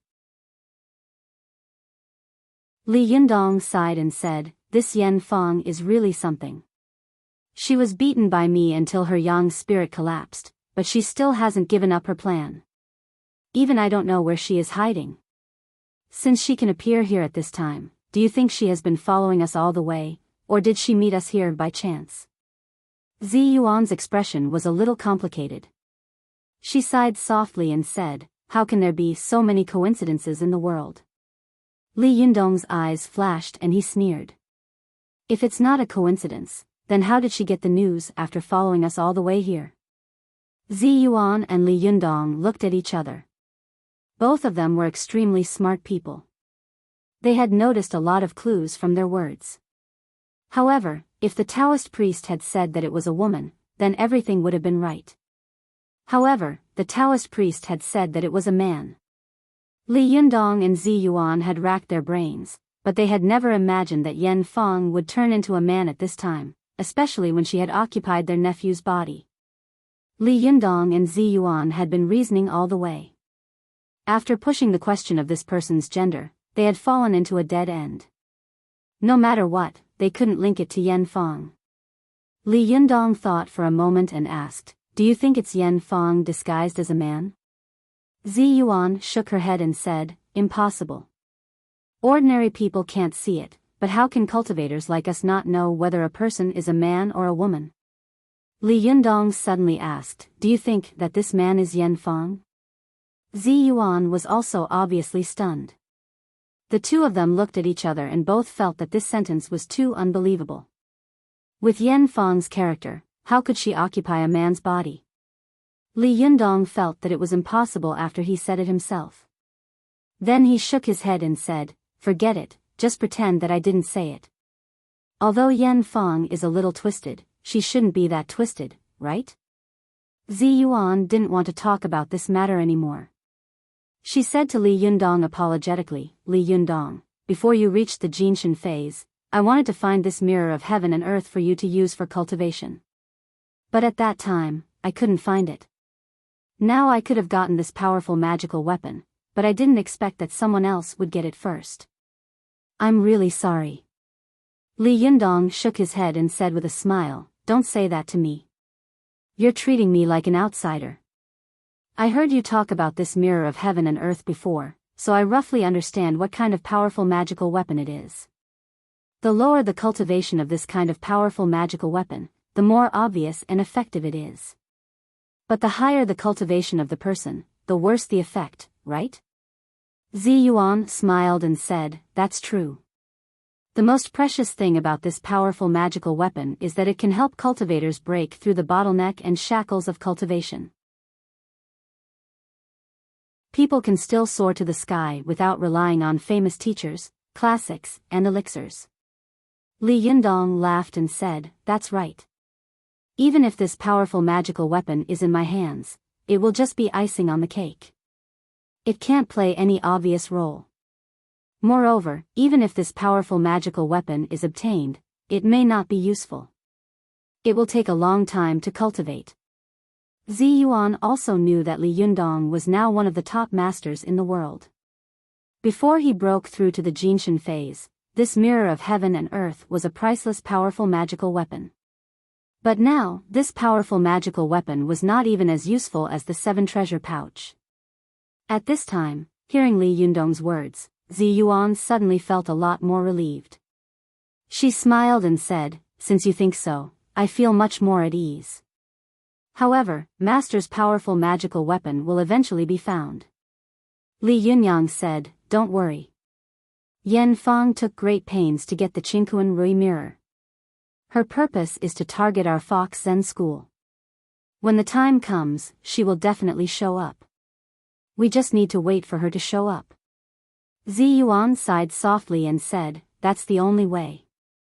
I hope Shishu can turn back as soon as possible." Li Yundong smiled and said, "Let's go back. It's time to go back and prepare to steam flour cakes and make dumplings. I haven't tasted your cooking yet." Zi Yuan also knew that if Yan Fang wanted to hide, no one in the world would be able to find her. Although she was anxious now, urgent things could be done slowly. The more anxious she was, the calmer she had to be. As Li Yundong had said, since the mirror of heaven and earth might be in Yan Fang's hands, she would definitely come to them when the time came. All they had to do was to spend the new year in peace and then prepare for the thunder tribulation. Li Yundong and Zi Yuan moved and flew in the direction of Tiannan City. Not long after they left, a figure slowly walked out of a forest far away from them. It was Yan Fang. Yan Fang rushed to the foot of the side peak before Li Yundong and Zi Yuan. She wanted to ask Wang Yuanshan about it, but she was also stopped by the Taoist priest in charge of guarding and could not enter. However, she did not dare to reveal her identity. When she was about to grit her teeth and force her way in, Li Yundong and Zi Yuan happened to arrive. She had to leave quickly and hide. After Li Yundong and Zi Yuan left, she dared to show up again. While she was hiding, when Yan Fang returned to the foot of the side peak, she found that the number of Taoist priests patrolling the mountain had doubled. Moreover, all of them were at the top level of Yang spirit. If she met one, she could barely deal with it, but if there were so many, then I'd better run. Yan Fang's heart was filled with hatred. She looked up at the mountain unwillingly and thought to herself, "Shirdi, I won't let you die like this. I will definitely figure out the mystery of the mirror of heaven and earth and come back to save you." Thinking of this, Yan Fang gritted her teeth and disappeared into the dense jungle like a ghost. Thank you for your concern. I didn't sleep well last night. I only slept for 5 hours before I got up to catch the train. I was not in a good state of mind all day. After running outside for a day, I am now staying in the Ibis Hotel in Beijing. The environment is very good, but I am a little too tired. I worked hard and finally didn't stop updating. As for the other update, I can only get up tomorrow morning to make it up. I hope you can understand.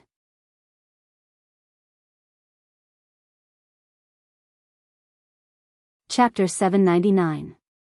When Li Yundong and Zi Yuan returned home in Tiannan City, they found that Su Chan and the others had already returned from Desanxian's shop. The people of the Fox Zen school were happily making steamed flour cakes in the living room. Because the flour had been kneaded and fermented yesterday, all the people of the Fox Zen school, as well as Zhou Qin and Lin Miao, were happily pinching their cakes in the living room. Su Chan and Zhou Qin had no idea that Zi Yuan had encountered something that made her heartbroken. The two of them were laughing so hard in the living room that their noses and eyes could not be seen. They looked at each other's cakes, and they were having a lot of fun. Ruan Hongling was also among them, pinching a cake sullenly. Her mind was not here, so she immediately noticed the return of Li Yundong and Zi Yuan.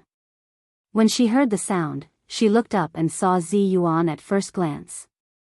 She was happy at first, but then her face fell again.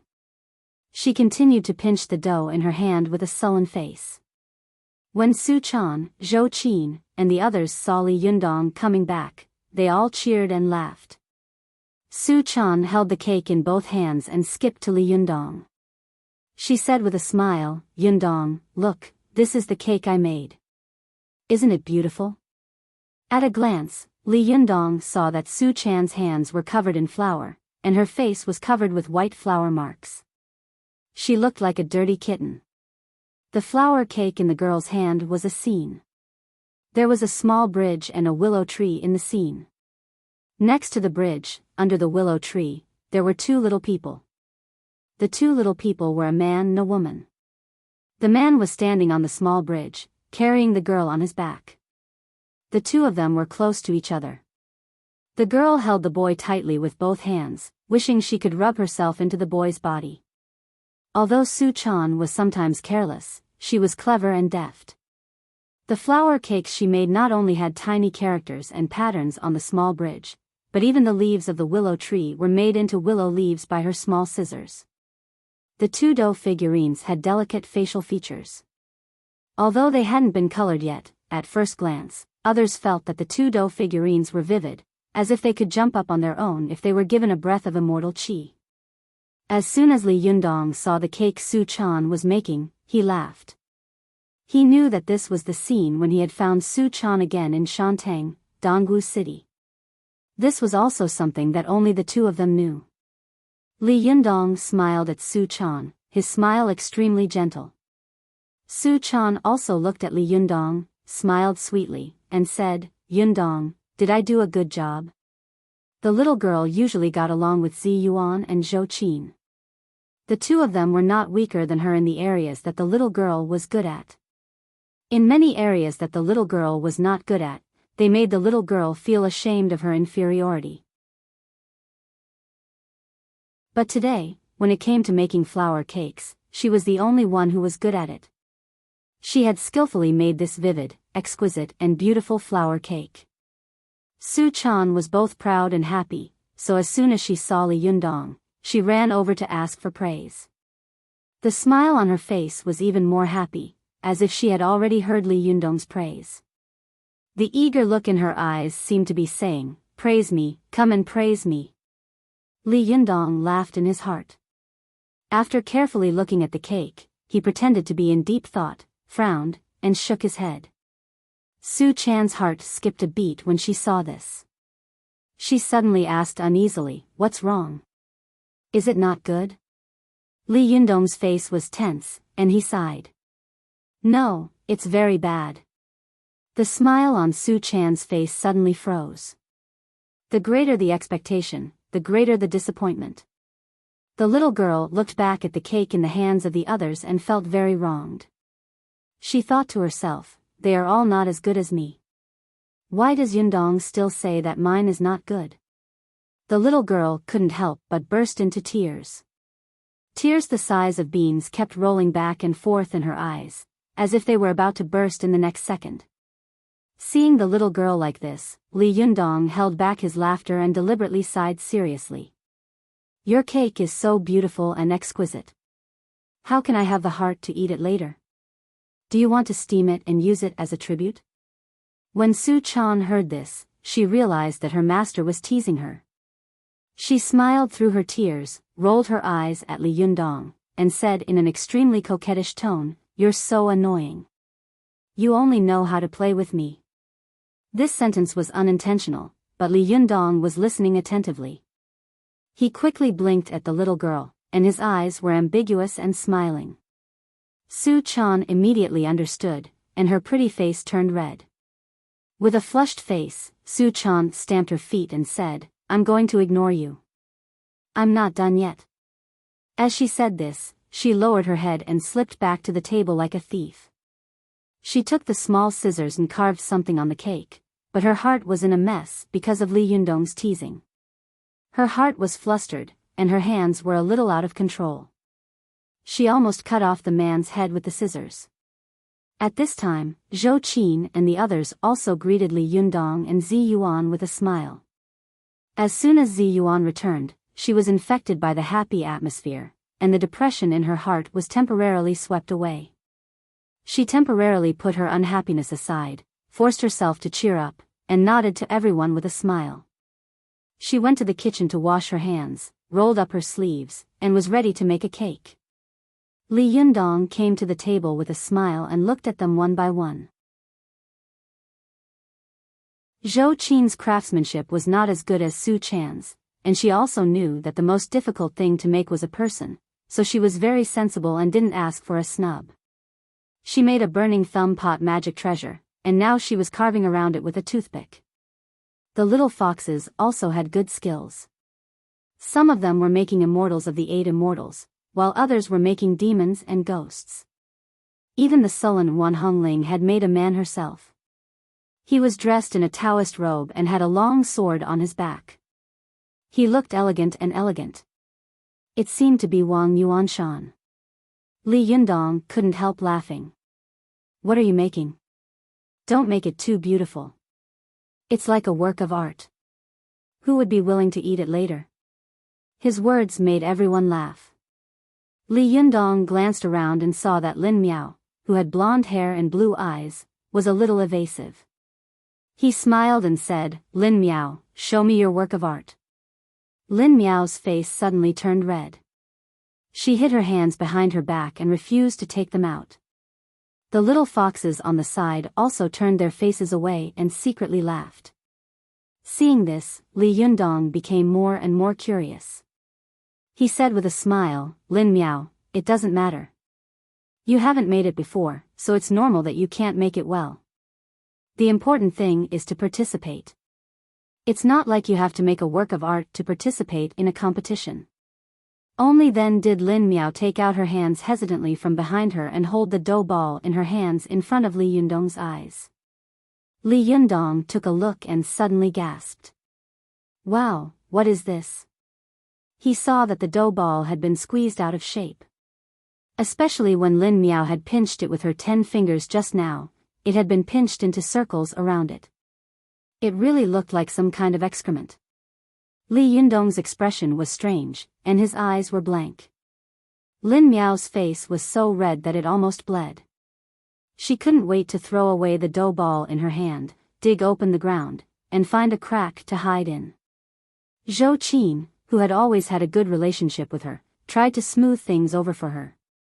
She said, "Master, just now Ku. Lin Miao made a puppy. It's very beautiful." When the people around heard this, they all burst out laughing. Lin Miao had indeed wanted to make a puppy before, but she had never made such a thing before. She was not a cultivator like the others, and her control of strength was exquisite. How could she make something decent? It was not easy for her to make one, and Ling Yu, the little fox next to her, saw it. She blurted out, "Ah, is that a pig? It looks like it." When Lin Miao heard this, her face turned green. She hurriedly explained, No, I made a dog, a dog." When the other little foxes heard this, they also gathered around. These little girls were usually noisy, and they would argue with each other for a long time over a small matter. Now that they saw the dog that Lin Miao had made, their opinions were surprisingly unified. They all said that it was a pig. Lin Miao was depressed when she heard this, so she had to find Su Chan, who was the best at cooking, and let her judge. However, Su Chan saw the flour cake in her hand and blurted out in surprise, "Ah? Why did you make a pig? It's so ugly." Lin Miao burst into tears and immediately kneaded the dog in her hand into dough. At this time, Li Yundong and Zi Yuan had just returned.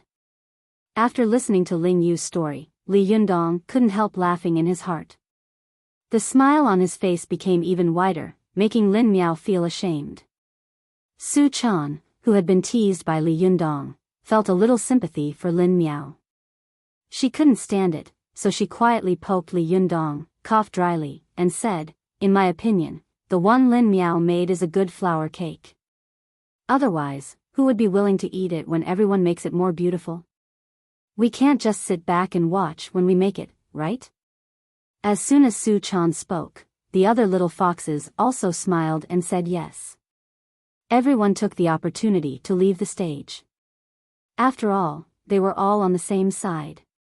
They lived under the same roof and would see each other all the time.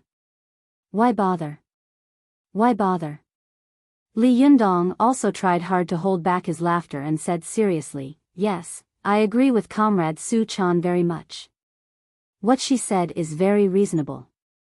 Although the shape of Comrade Lin Miao's flower cake is simple, it is easy to understand, concise, and skillful. It combines practicality and artistry, and can be called a model of flower cake of this generation." As he spoke, he became more and more excited. He pointed to the flower cake in Lin Miao's hand and said, "Look, although the shape is irregular, it is full of the style of postmodern magic. The unique shape also has the style of Picasso, abstract and thought-provoking. Look at the shape, it looks like an elegant cloud. Such an elegant cloud really allows one's imagination to run wild and let one's imagination run wild." Li Yundong was very eloquent, and he had praised the extremely ugly doe to the sky. Lin Miao didn't know that Li Yundong had a bad habit of teasing people seriously, so she was stunned by Li Yundong's words. She subconsciously looked at her hands, and a little curiosity appeared on her face. She was no longer so embarrassed. She thought to herself, could it be that I really made a mistake? But Lin Miao didn't know that Li Yundong's bad habit had been deeply experienced by Su Chan, Zhou Qin, Zi Yuan, and the others. Even the little foxes knew about Li Yundong's habit. They all turned away slightly and tried hard to hold back their laughter. Even Zi Yuan couldn't help but keep a straight face, and the corners of her mouth curled up slightly.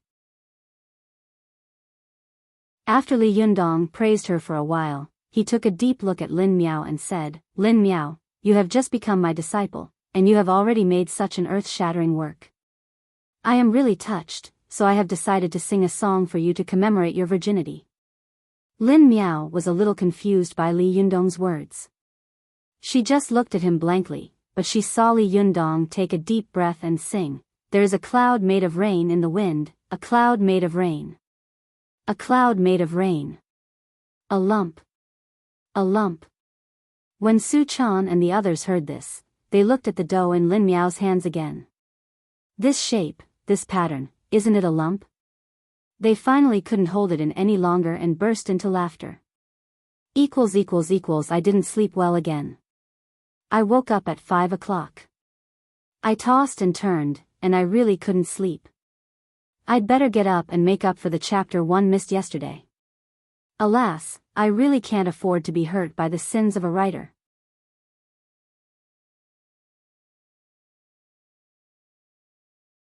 Chapter 800. Chinese was broad and profound. Changing a word would have a completely different artistic conception. Li Yundong casually changed a word, and the lyrics of the whole song suddenly had a different meaning. Su Chan, Zi Yuan, and the others looked at the cloud made of rain in Lin Miao's hand with strange looks. They all knew that it would be fine if Li Yundong didn't sing. Once he sang, even if the flour cake was steamed, no one would eat it. At this time, Lin Miao really wanted a crack in the ground so that she could hide in it. She blushed and wished she could throw the flour cake in her hand away. Su Chan, who was beside her, held back her laughter and took the flour cake from Lin Miao's hand. With a little pinch of her fingers, she made a delicate little cat. She handed it to Lin Miao with a smile and said, "Well, ignore this guy. He only knows how to make fun of people. Let him pinch it himself. Maybe he won't be able to make this cloud." Lin Miao finally had a way out. She smiled at Su Chan with great gratitude, but her eyes didn't dare to look at Li Yundong at all. Li Yundong chuckled and glared at Su Chan, pretending to be angry. "In front of so many people, you actually ruined my show. Do you really want to tear down the roof tiles?" Su Chan made a face at Li Yundong. "If you have the ability, make one yourself." Li Yundong raised his head and laughed. "Are you looking down on me? Look carefully." As he said this, he reached out to grab the dough. Su Chan, who was beside him, immediately pushed him to the bathroom with a smile. "Go wash your hands first. It's so dirty." Li Yundong wiped the little girl's body with his hand a few times with a cheeky smile and said, "Okay, I've wiped it clean." The little girl was so angry that she jumped up and patted the place on her body that had been wiped by Li Yundong. She said angrily, "You're so annoying. Where are your new clothes? I didn't even get them dirty when I made the flour cake, but now you've made them dirty." Li Yundong covered his chest with an exaggerated expression of sadness. He pointed to the face that the little girl had made of him carrying her across the bridge in Shantang and said in a choked voice, "At that time, you grabbed my clothes so dirty that I couldn't wash them clean. Now, I touched you a few times, and you despise me so much." Seeing Li Yundong's tearful appearance, Su Chan couldn't help but burst into laughter.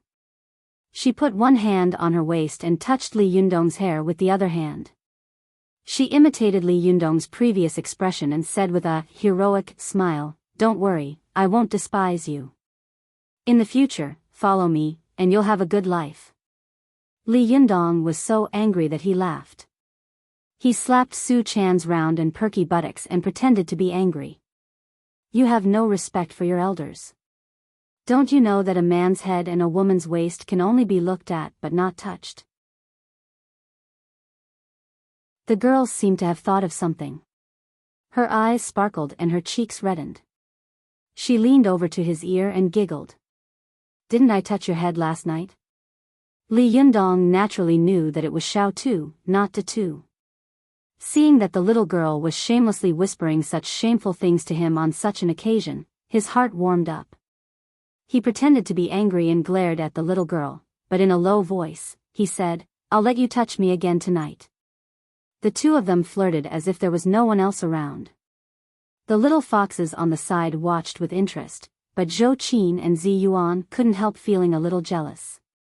Zhou Qin coughed dryly and said, "Master, hurry up and wash your hands.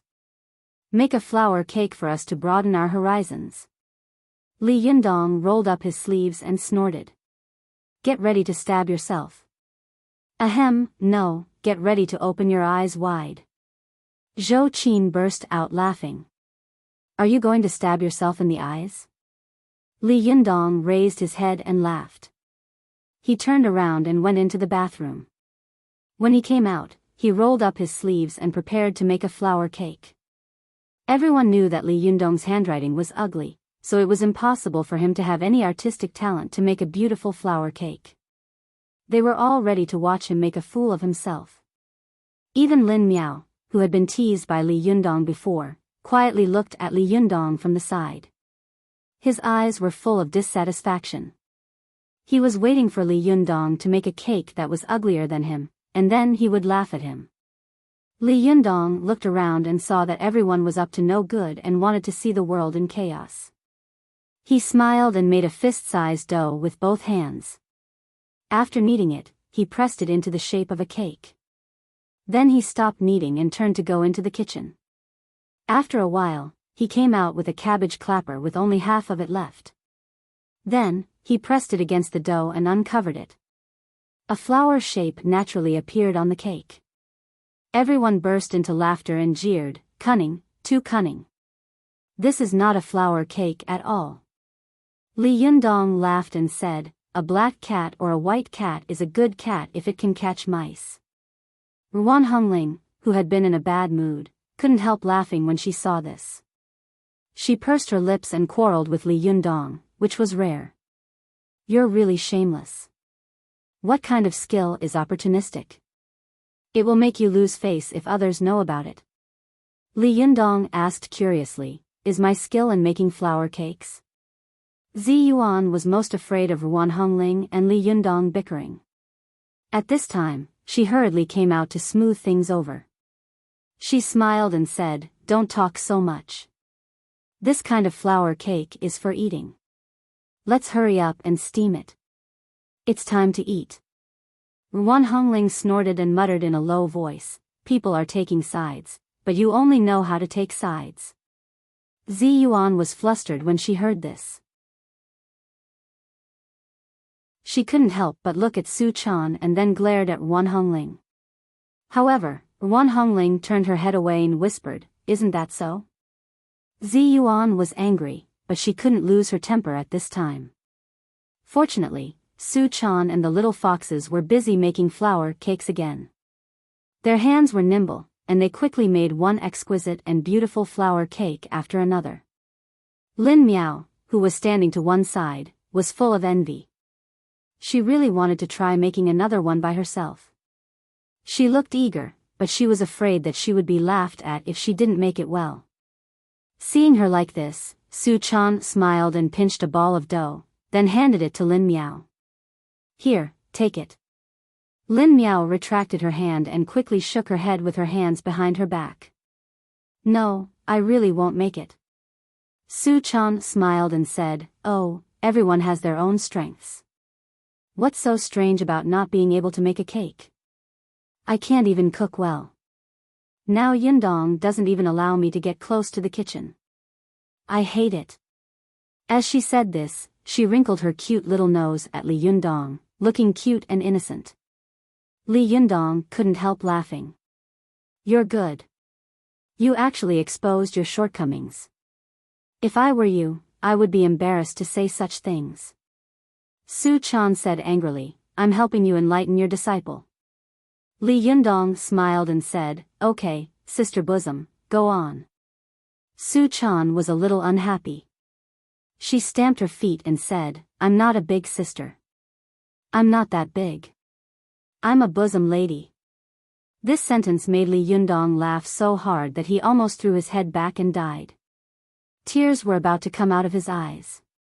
He said breathlessly, well, you are a considerate lady. Ziyuan and Zhou Qin also suddenly laughed so hard that they almost passed out. The two of them hurriedly turned around and trembled with laughter. All the members of the Fox Zen school had been in the secular world for a long time, so they naturally knew what this bosom lady was. They all laughed so hard that they cried out. At first, Su Chan was a little confused. She stared at these guys who were laughing so hard with her big eyes wide open. But soon, she came to her senses and blushed with shame. She covered her face and went into her room. Li Yundong laughed so hard that his stomach hurt. After he managed to hold back his laughter, he went into the room to coax Su Chan. However, no matter how Li Yundong coaxed Su Chan, she just buried her head in the pillow like an ostrich and refused to go out again. Li Yundong held back his laughter and said, how long are you going to hide in the pillow like this? Won't you eat the cake later? Su Chan buried her head in the pillow and said in a muffled voice, no. You bully me, you only know how to bully me. Li Yundong's face twitched with laughter and he cried out in grievance, I didn't. You said that you were bosom lady. Su Chan was so angry that she turned her head and pounced on Li Yundong, scratching and biting him. You're so annoying, I hate you so much. If you say that again, I'll bite you to death. Li Yundong laughed, held the girl's soft and slender waist, and whispered in her ear, okay, come and bite me at night. Li Yundong emphasized the word bite, and Su Chan naturally understood what it meant. Her pretty face turned red and she rolled her eyes at Li Yundong. I'll bite you to death at night. Li Yundong chuckled and tapped her nose. Okay, I'll be waiting. The two of them chatted in private, shamelessly. Outside, Ziyuan and the others were busy preparing the steamed cake. After Li Yundong finally coaxed Su Chan, he walked out of the room and saw that the steamed cake had already begun in the kitchen. Lin Miao stood aside and looked enviously at Ziyuan who was busy skillfully in the kitchen. Li Yundong walked over and said with a smile, what's wrong? Haven't you done it before? Lin Miao shook her head with a face full of shame and said, well, I've never done these things before. As she said this, she looked at Li Yundong timidly and asked in a low voice, Master, am I a terrible disciple? Isn't it a little too late for me to start cultivating at this age? I heard that the younger you are, the better you are. Li Yundong shook his head with a smile and said, what's too early? I was already 20 when I started cultivating. At your age, why are you in such a hurry? Bill Gates became the richest man in the world at the age of 39, Chen Tianxiao became the richest man in China at the age of 31. Sun Zhongshan founded the Xingzhong Association at the age of 28. Sun Quan occupied Jiangdong at the age of 19. Ding Junhui won the world championship at the age of 15. Deng Bor won an Oscar at the age of 7. Beethoven began composing at the age of 4. And the Calabash brothers began fighting monsters when they were born. Tell me, who do you want to compete with? Lin Miao was also a smart person. She understood the meaning of Li Yundong's words. She smiled a little embarrassedly and said, I know, I will be down to earth and learn. Li Yundong nodded, rolled up his sleeves with a smile, and began to help. With Li Yundong's help, Ziyuan soon brought the flour cakes to the table one by one. Everyone gathered together and had a delicious meal. The little girl also ran out with a shy face. When Li Yundong was not paying attention, she grabbed a piece of flour cake and went into the room, refusing to come out again. Li Yundong couldn't help laughing and could only shake his head. After the meal, the group of people went back to their rooms. Zhou Qin was still cultivating by herself, Zi Yuan and Wan Hongling were whispering in their own rooms, and the little foxes were also meditating in their own rooms. It was not until late at night that Li Yundong's unlocked door was pushed open. The little girl secretly poked her head in from outside. She saw Li Yundong sitting cross-legged on the bed, looking at her with a smile and saying, "Ah, it's Miss Jinshin." The little girl closed the door behind her and snorted, "You're so annoying." "It's Sister Jinshin." Li Yundong smiled and said, "Thank you, Sister Jinshin. Please let Miss Jinshin come." Su Chan and Li Yundong had been intimate with each other for the whole night. Although they hadn't reached the last step, they had done a lot to please each other. The little girl had tasted the sweetness, so she was naturally very happy and excited. She got into Li Yundong's arms, raised her neck, and said to Li Yundong pitifully, "I'm so pitiful. I'm a big sister during the day and a miss at night." Li Yundong couldn't help but burst into laughter. He hugged the little girl dotingly and rubbed his nose against her cheek. "Silly," he said. "Just treat me as your mistress, okay?" Su Chan made a face and said, "You're so annoying. It sounds so bad.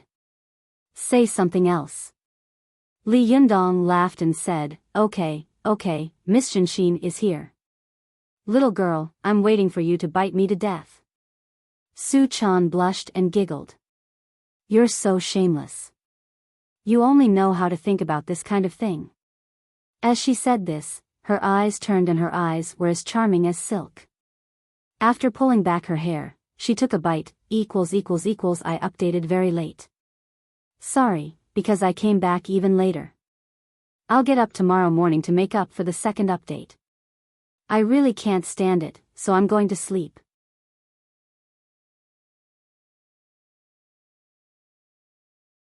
Chapter 801. After the little girl and her master were done, she lay lazily in his arms. Her body was curled up like a kitten, and she said softly with a slightly nasal voice, "Master, when can we dual cultivate?" Just as Ao Wushuang had once said, when love was aroused, desire was aroused. Su Chan loved Li Yundong very much, and the two of them were willing and had no scruples. However, when the little girl was burning with desire and wanted to make love to Li Yundong refused. Seeing the girl's charming appearance, Li Yundong deliberately pretended to be puzzled. "Aren't we doing dual cultivation now?" Su Chan gently hit Li Yundong with her fist and said angrily, "You're so annoying. This is not dual cultivation. Besides, even if it is, it's just a small dual cultivation." Li Yundong chuckled and said, "Oh, do you want to do dual cultivation so much?" The two of them were talking in private. Although they had done the most shameful things in the past, Su Chan still blushed. She turned her head away in embarrassment and said angrily, "You're so annoying. You know the answer. You say it as if you don't want to." Li Yundong's face tightened and he said seriously, "Amitba, my 5 dragons embracing pillar magic kung fu has reached the sublime realm. I don't know anything about dual cultivation. Why don't you give me some advice, benefactress?" Su Chan couldn't help laughing. Bah, how can there be a perverted monk like you in the world? You're so shameless. Haven't you given me enough advice just now? Li Yundong said with a shy face. Didn't someone say that they wanted to do dual cultivation? Su Chan was ashamed and said angrily, You're so annoying. Dual cultivation is also a kind of cultivation. Why does it sound so dirty to you? Li Yundong laughed and said, Are you anxious? Humph, when this old man wanted it back then, I had all kinds of excuses and reasons. Now, I'll let you understand the feeling of anxiety and suffering. When you've cultivated the 9 white bone claw to the 9th heavenly layer, then come and compete with my 5 dragons embracing pillar. The two of them laughed for a while, and Su Chan felt drowsy, but she still forced herself to talk to her master. Li Yundong saw that she was really sleepy, so he said softly, If you're tired, go to sleep. Why don't you go back to your room?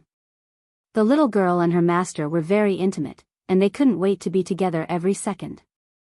Now that the heat was coming, how could she be willing to leave? She wriggled in his arms and said coquettishly, No, I want you to hold me to sleep. Li Yundong couldn't help laughing. He held the little girl in his arms as if he were holding a large pet.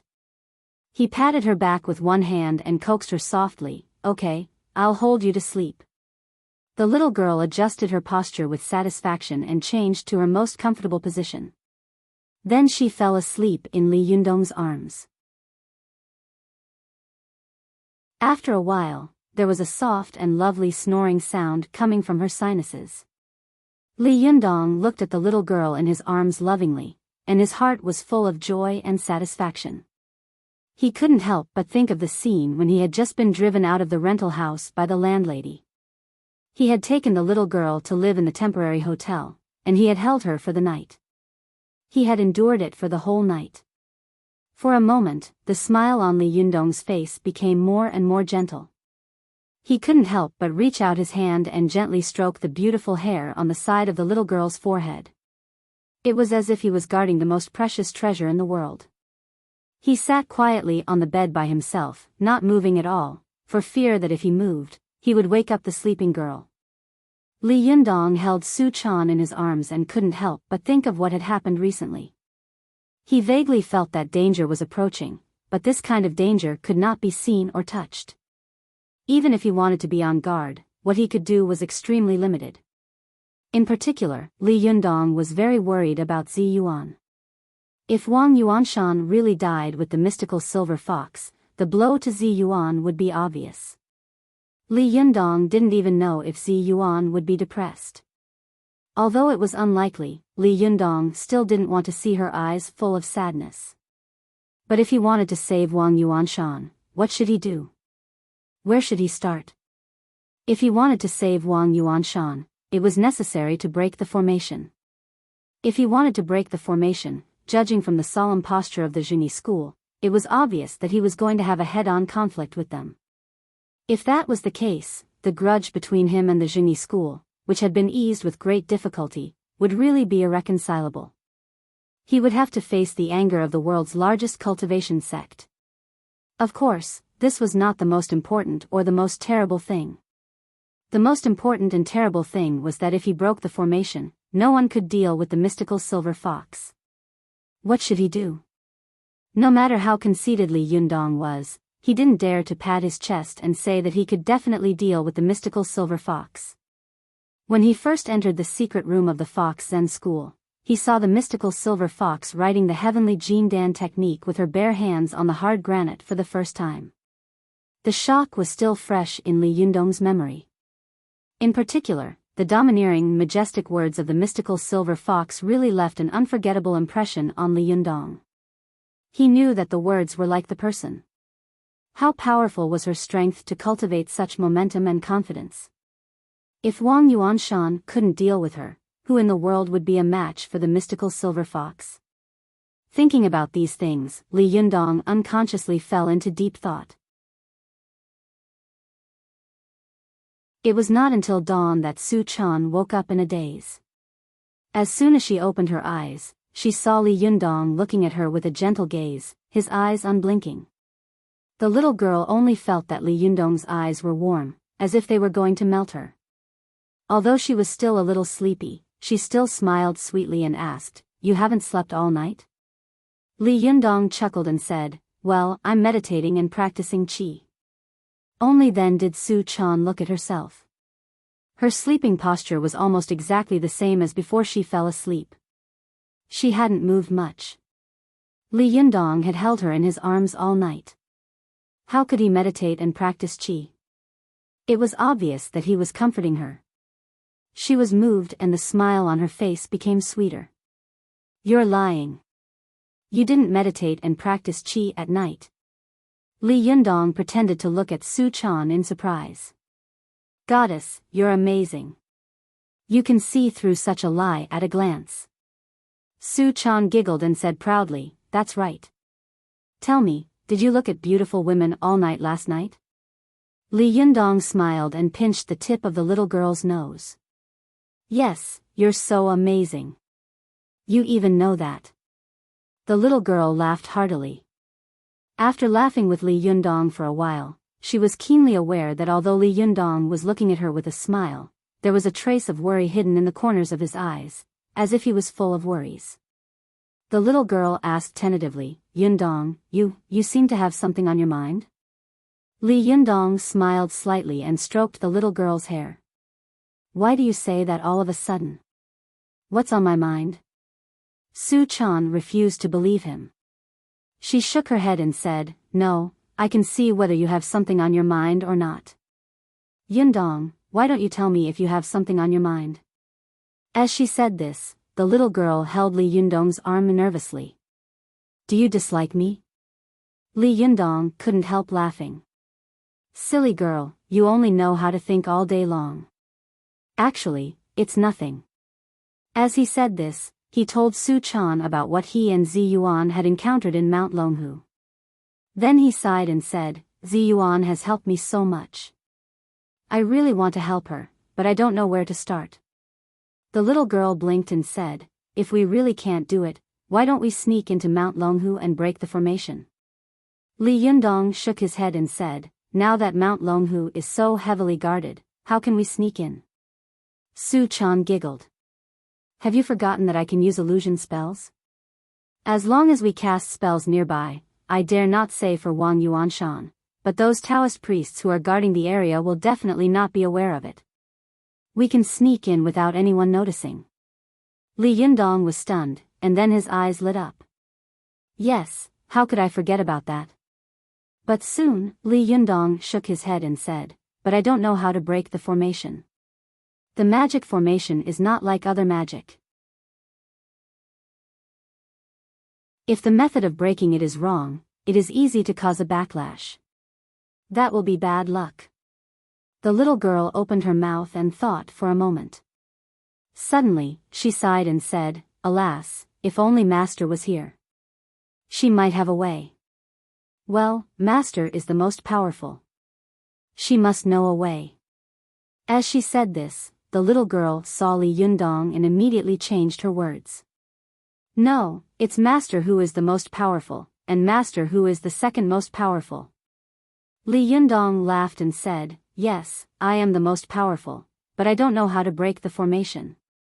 The little girl made a face at Li Yundong and was about to speak when she suddenly heard a voice coming from outside.